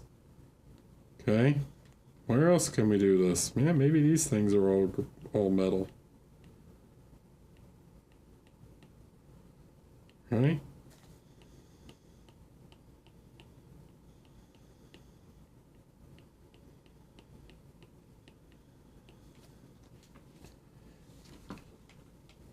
Not bad. How about this thing? Maybe we make the lip of this thing also. Yeah, maybe this piece is also steel, right? Little bolts here, little bolt there. Yeah, okay, sure, that did something, but we got to do more. That's not enough. We need a third light from the bottom. Igni. You're bad. You're being bad. We do not need a third light from the bottom. Alright, what else can we do? Okay, that's cool, like we did that. Alright, let's maybe like lighten some elements, you know? Let's take a white, right? We'll make it an add layer.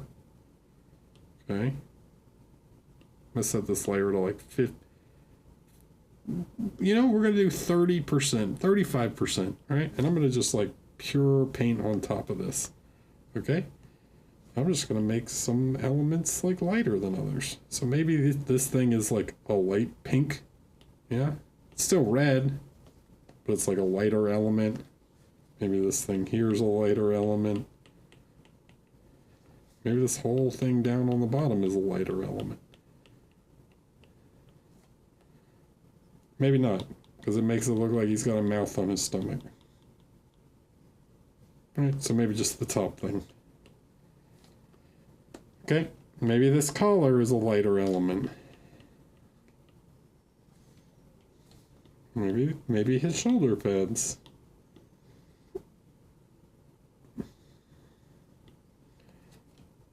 Or maybe not his shoulder pads, and maybe these things are light.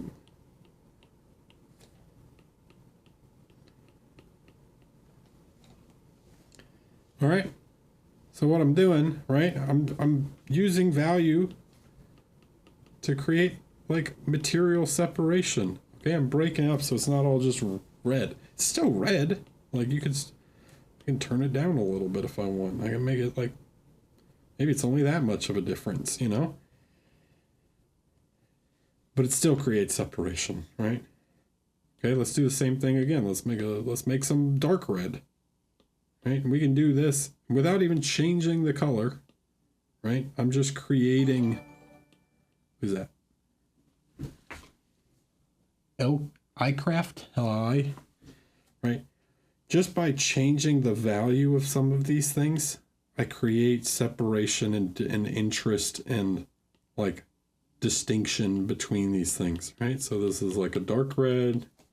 Maybe over here is a darker red. Or maybe these things down here and this down here is a dark red or whatever, right? There's ways you can like play around with this and make something more interesting, you know? Without having to, right? Like this, right? Look at just the difference between, okay, what do we do? Added some different materials, right? Added some light, added some separation, okay? There's so many little ways to play with this stuff and create more interesting designs overall.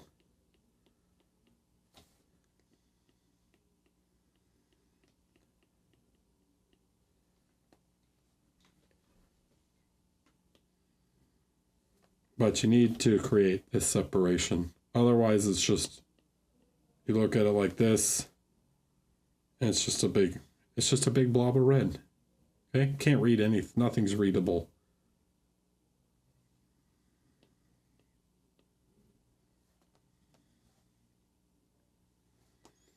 Now there was some correction on like the shoulder here. This needs to come forward, right?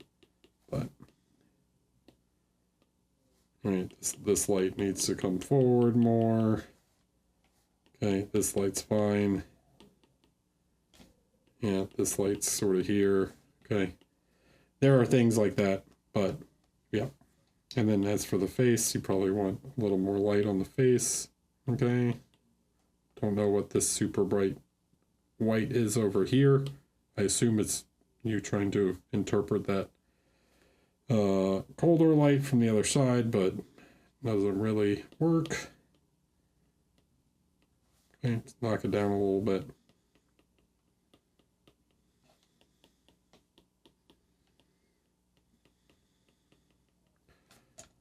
The lesson of the day is keep it simple. Keep it simple, right? Simplify, then complicate, all right?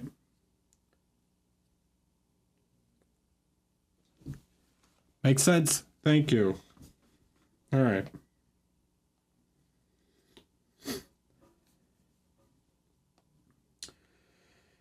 D Jolene. Hello, first ever GD entry.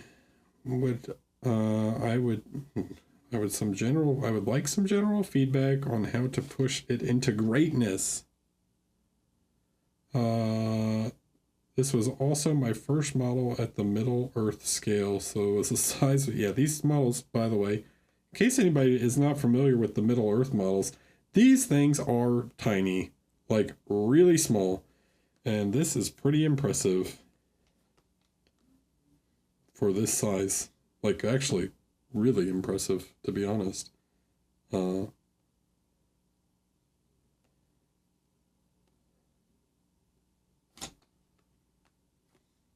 That's really good. Man, I don't know how much I'm going to have to give you. Let me see the back. Okay, some of this could be a little better.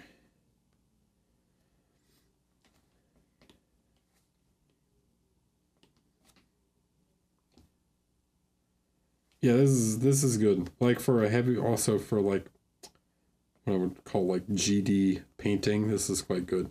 Now there is some stuff with the face. Your eyes are slightly off. I get they're so tiny, but like you can do a little something here on the eyes that I think helps a little bit on these figures, and try and like give them even just like a bit of a lower eyelid helps a little. I don't really like painting the black line on the bottom of eyes on 32 millimeter figures. I would also try and maybe lighten this up just a little bit. Cheek is maybe a touch dark. Can create some little bit of separation there.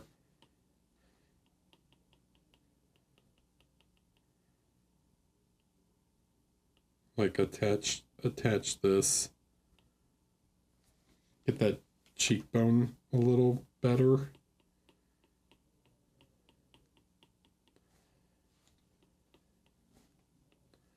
But in general, yeah, I think the face is quite good. I don't understand this. Is this supposed to be skin or hair? Like, I don't know if this is supposed to be dreads or something. It's weird. If it is supposed to be hair, so if it's hair, this line is too dark. Okay? If it's skin, make it skin colored. Like if it's short cropped hair. Yeah, the face is strong. I think you could add like a little color to the face.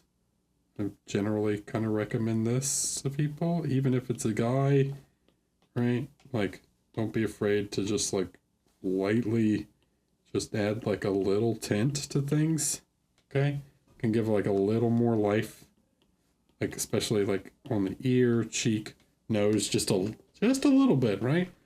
It's a small change, but between this and this one has more life, right? It's supposed to be a close shave. I would do it more skin tone then, okay? I would even if it's just a close shave, like I would get this color even just slightly more skin tony, okay? Something like that. Would make it clear that it's not hair. Man, all this stuff is quite good. This I don't like. I'll be honest, not a big fan of the base.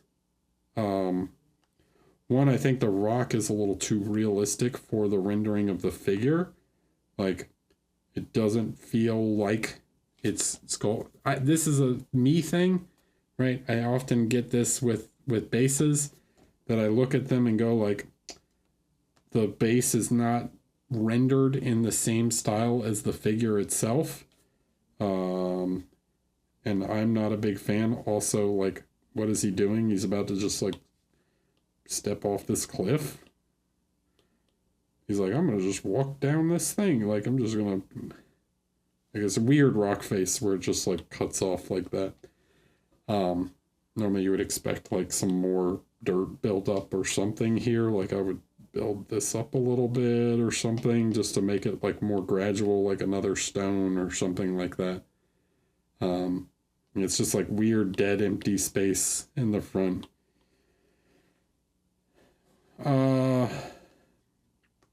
Also, like, the grass is all very. I see you added like some tall ones, but it's like, why does the grass just stop? It's like, if you saw wild grass like this, like crawling grass, that grass would be like crawling over the edge of this rock face. Okay, so I would have more of it, like, because it basically the roots, like, start to latch out and cling to things. It's like the kind of grass that would like climb your fence or whatever as it gets really tall, or climb over rocks into your flower bed and stuff. So the roots like reach out and it's going to cling into any like cracks or whatever. So yeah, it's too weirdly manicured, too manicured of an edge to look natural. Yeah, the kind that like fucks up your driveway. Exactly. Other than that, yeah, I don't really have anything to say about the front of the figure. I think it's quite good. It's hard for me to say without seeing it in hand. I know these figures are tiny. I think you could maybe take some light here and like just try and like pop a couple little spots on the male, right? Like just a few little, these like little dots or something. Like, I like that you have a general shape to it, like especially on the arm here. But even just if it's just like here, like a little dot, like this ring just catches the tiniest amount of light. Right, same with these. Like, it's like this. As you get further away, it's like it's just a dot, right? But it'll feel a little more realistic and give a little more information to that. But you did a good job on the arm, right? Where it's like you are thinking of it as like a cylinder, right? But it just needs that little bit of touch. Okay, for the back.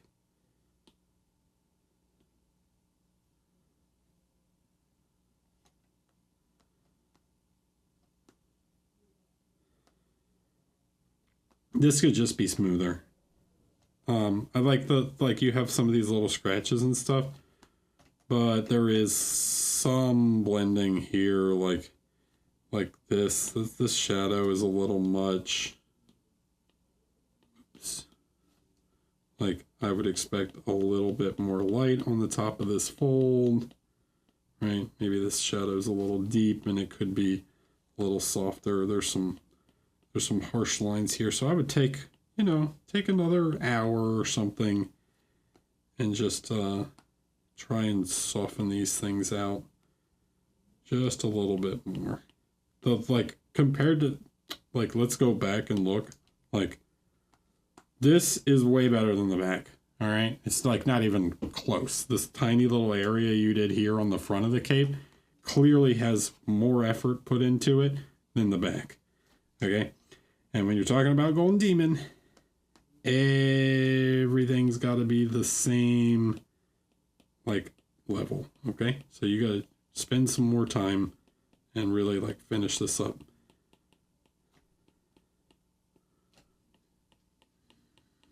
It's just not quite rendered enough. Yeah.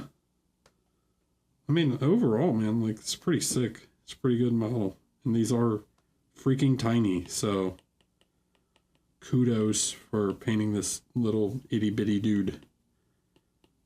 But yeah, just come back and spend a few extra, if it takes another afternoon to just render the hell out of this cape to the level that that little front part is, then that's what it takes. But they will notice. Okay. Spear looks cool. Like it. Hair could also be a little bit more refined. Okay.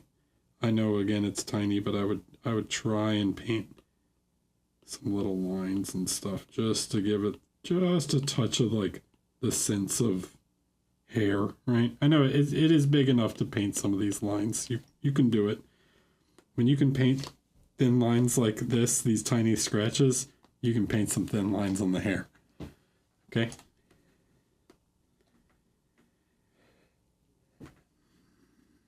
All right.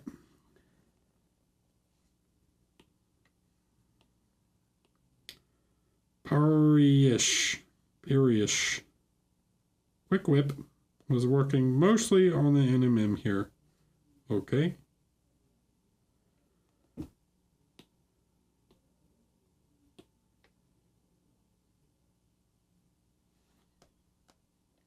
What do we think?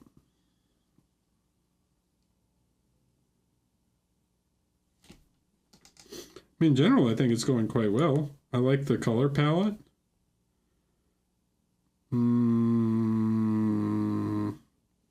Obviously, the face is barely started. Meaty hooks. Oh, I mean, he said he's mostly working on the NMM. So, yeah, the big thing I see on the NMM is just like you need to, like, the thing that's really going to bring it together is when you start doing edges, right? So, this sort of, these lines, right, that really like catch the light. Okay. That's what's going to bring it together.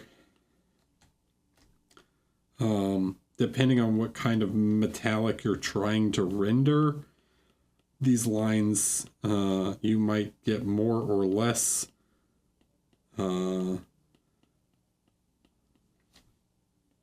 sort of like color reflections in the metal. So you might, like if this is a pretty, not super shiny, right? But it's got some shine to it. You might pick up some color from the environment, or you might pick up some color from like other parts on the figure.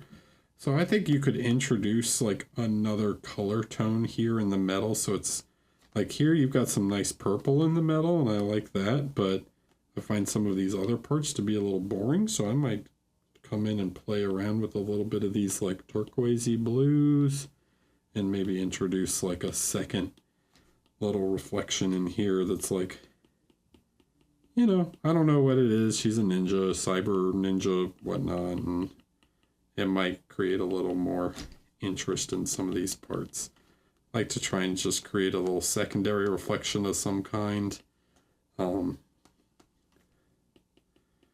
so it's, you know, you're playing around, right? And they don't have to be big, but they can just be like this touch, right? It's just this touch of color that creates something interesting there.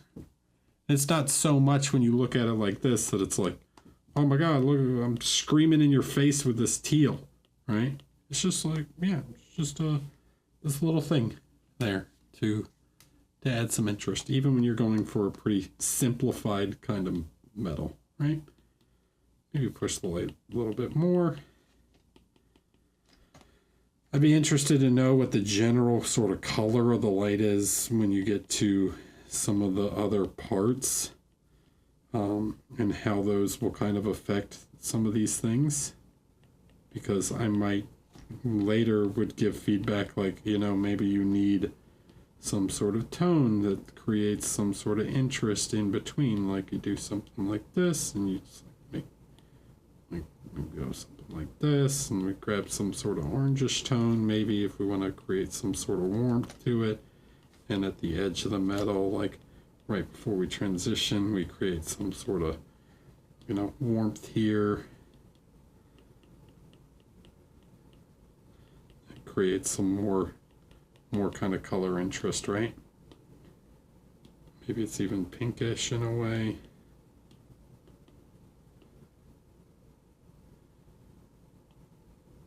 Right, even if it's something really subtle like that, right? Look at the difference, right? I'm going to put this in.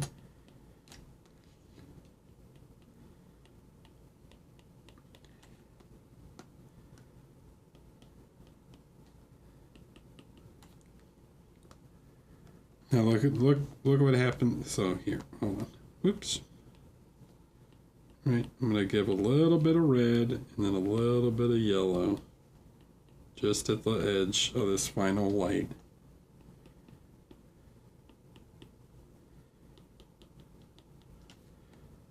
I want you to see just what kind of difference that can make to the feeling of the metallic and like how the lights work on it, right? It's like this to this. Okay.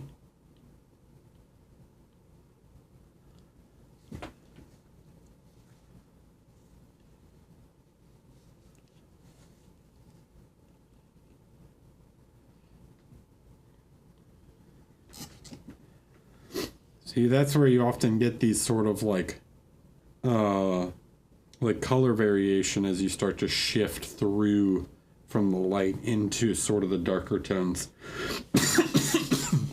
Excuse me.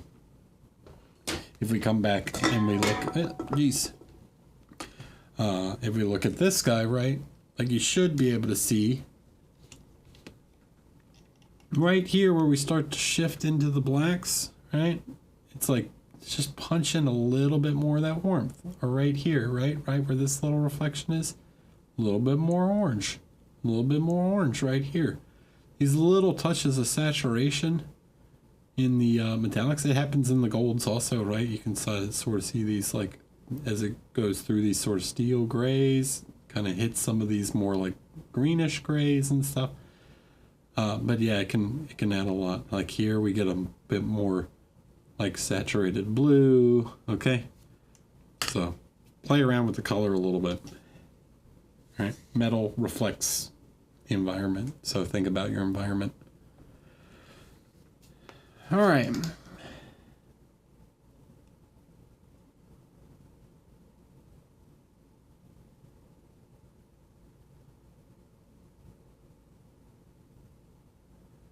Well, you joined us just in time, Rich, because we're done. That's the end. We got through them all. We got over 200 viewers right now. Wow. And it makes sense.